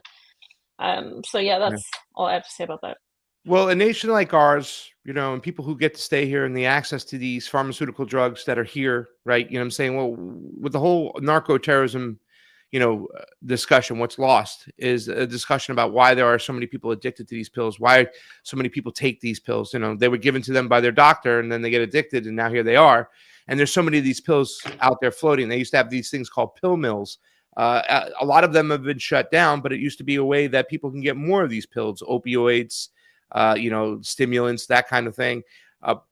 So let's take a look at James Lee over here, because once again, our government's not telling you. You don't need to MK Ultra somebody nowadays to get them to do something crazy. They could just identify these people on the other side. In other words, those who want to push this, those people in the deep state, those people in the Central Intelligence Agency, the FBI, whose budget depends on these problems happening, let alone, that's just one aspect of it. They can easily push somebody, and they don't have to do any type of MK Ultra type of practice to get these people to go ahead and create these problems. Here's James Lee talking about something that was looked upon when it came to this particular shooter. Take a look. 2 National Guard members were shot today, November 26, 2025, in what they're calling an ambush-style attack just blocks from the White House in Washington, D.C. The suspect, they tell us, is a 29-year-old Afghan national named Ramanullah Lakanwal. Police are saying he was a quote-unquote lone gunman who ambushed the National Guard. Now, here is where things get weird. Just a few minutes ago, I went on Google Trends to do a little research, and it looks like on November 20th, 2025, which is 6 days prior to the attack, there was a very small but noticeable spike in searches for one Ramanullah Lakanwal originating from the DC area. I then zoomed in to see what the search activity was for just this past day. And wow, would you look at that? A massive spike in searches for Lakanwal in the wee hours of November 26, 2025, the day of the attack. A spike that dwarfs the number of searches for Lakanwal even after news of the shooting broke later that afternoon. This is all very strange, right? Why would people have been searching for Lakanwal's name a week prior to the attack? Not only that, a massive spike in the wee hours of the morning, the day of the attack. It just doesn't make any sense. Now, the other bit of context that I'll add is that on November 20th, 2025, which is the same day Lakanwal's name shows up for the first time in Google searches, a judge ordered an end to Trump's troop deployment in DC, calling it unlawful. Now, could all this somehow be related? You let me know. Fam, I don't know. Look, there's another video. At the end of the day, the thing we know for sure is that we're not going to get the truth from our government. Whatever they got going on, they're going to constantly lie to us, whether they're covering something up or pushing for a narrative. We're never going to get the truth. We never know what to believe, right? You know what I'm saying? But these things, these type of mass shootings of sorts, a lot of times the left will jump in and they'll start talking about getting a ban on assault weapons, right? They'll push their agenda. And a lot of other times, the conservatives, when they're in power, they'll use this to up security, to give the security state more power, more spying power. So it doesn't surprise me that something like this could have happened where they want a situation, an Afghan nationalist killing National Guards. You know what I'm saying? It's going to justify more of the sentiment and the attitude towards bombing people in the Middle East. You know what I'm saying? They look at a lot of these people as the same. Most people, just like our president, George W. Bush, didn't know the difference between a Sunni and a Shiite, right? So there's so much they can push when these type of incidents happen, when these type of mass shootings and killings happen, fam. It's laughable. I was laughing the whole time. I'm like, how is this even, and you know what? I've been having conversations with random people, like random, drivers in Florida, and people who tend to be Trump supporters or the like, and they themselves are saying, we're being divided. And I always try to talk to these people that I disagree with, in ways where they understand, like, we need to unite as people in the United States. Like, people, the majority of people in the United States, I think, are entirely just propagandized. They don't know what's going on. But people are figuring it out slowly, especially because things are happening economically in the US that are very just awful. I mean, things are falling apart here. Every time I come here, I say it because it's true. Like, everything is kind of falling apart. Businesses are closing left and right. I mean, the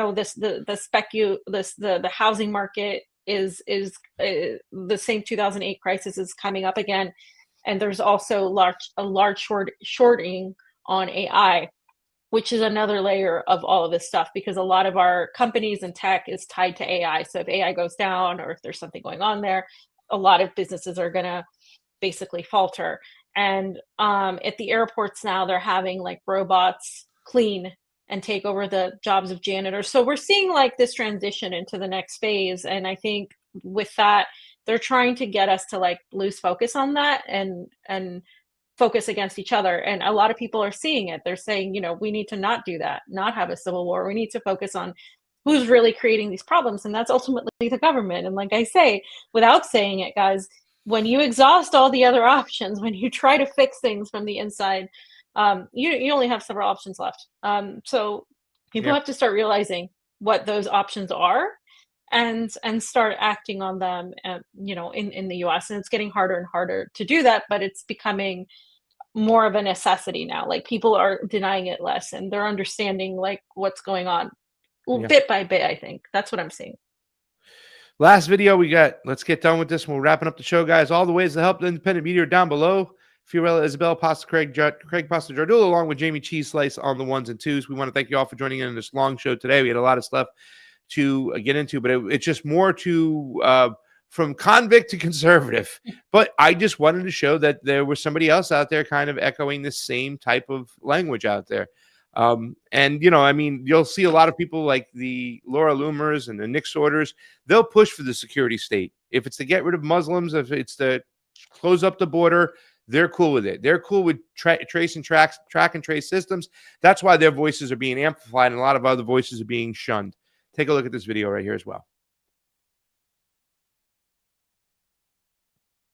Take a guess whose name was trending on Google searches just hours and days before the attacks on the 2 National Guardsmen in Washington, D.C. You guessed it. The shooter of the 2 armed guardsmen in Washington, D.C. And you're never going to believe where these searches were being done. The District of Columbia and Israel. As you can see on the top left corner, the name of yesterday's terror suspect, Ramanullah Lackenwall, was being searched in Washington, D.C. on November 20th. 6 days before the attacks that happened in D.C. yesterday. Coincidence? I think not. And here's another search for Washington, D.C. But this one, as you can see on the bottom right-hand corner, is being searched the day that the attacks took place, on the 26th. But this time, his name was being searched just hours before the shooting took place.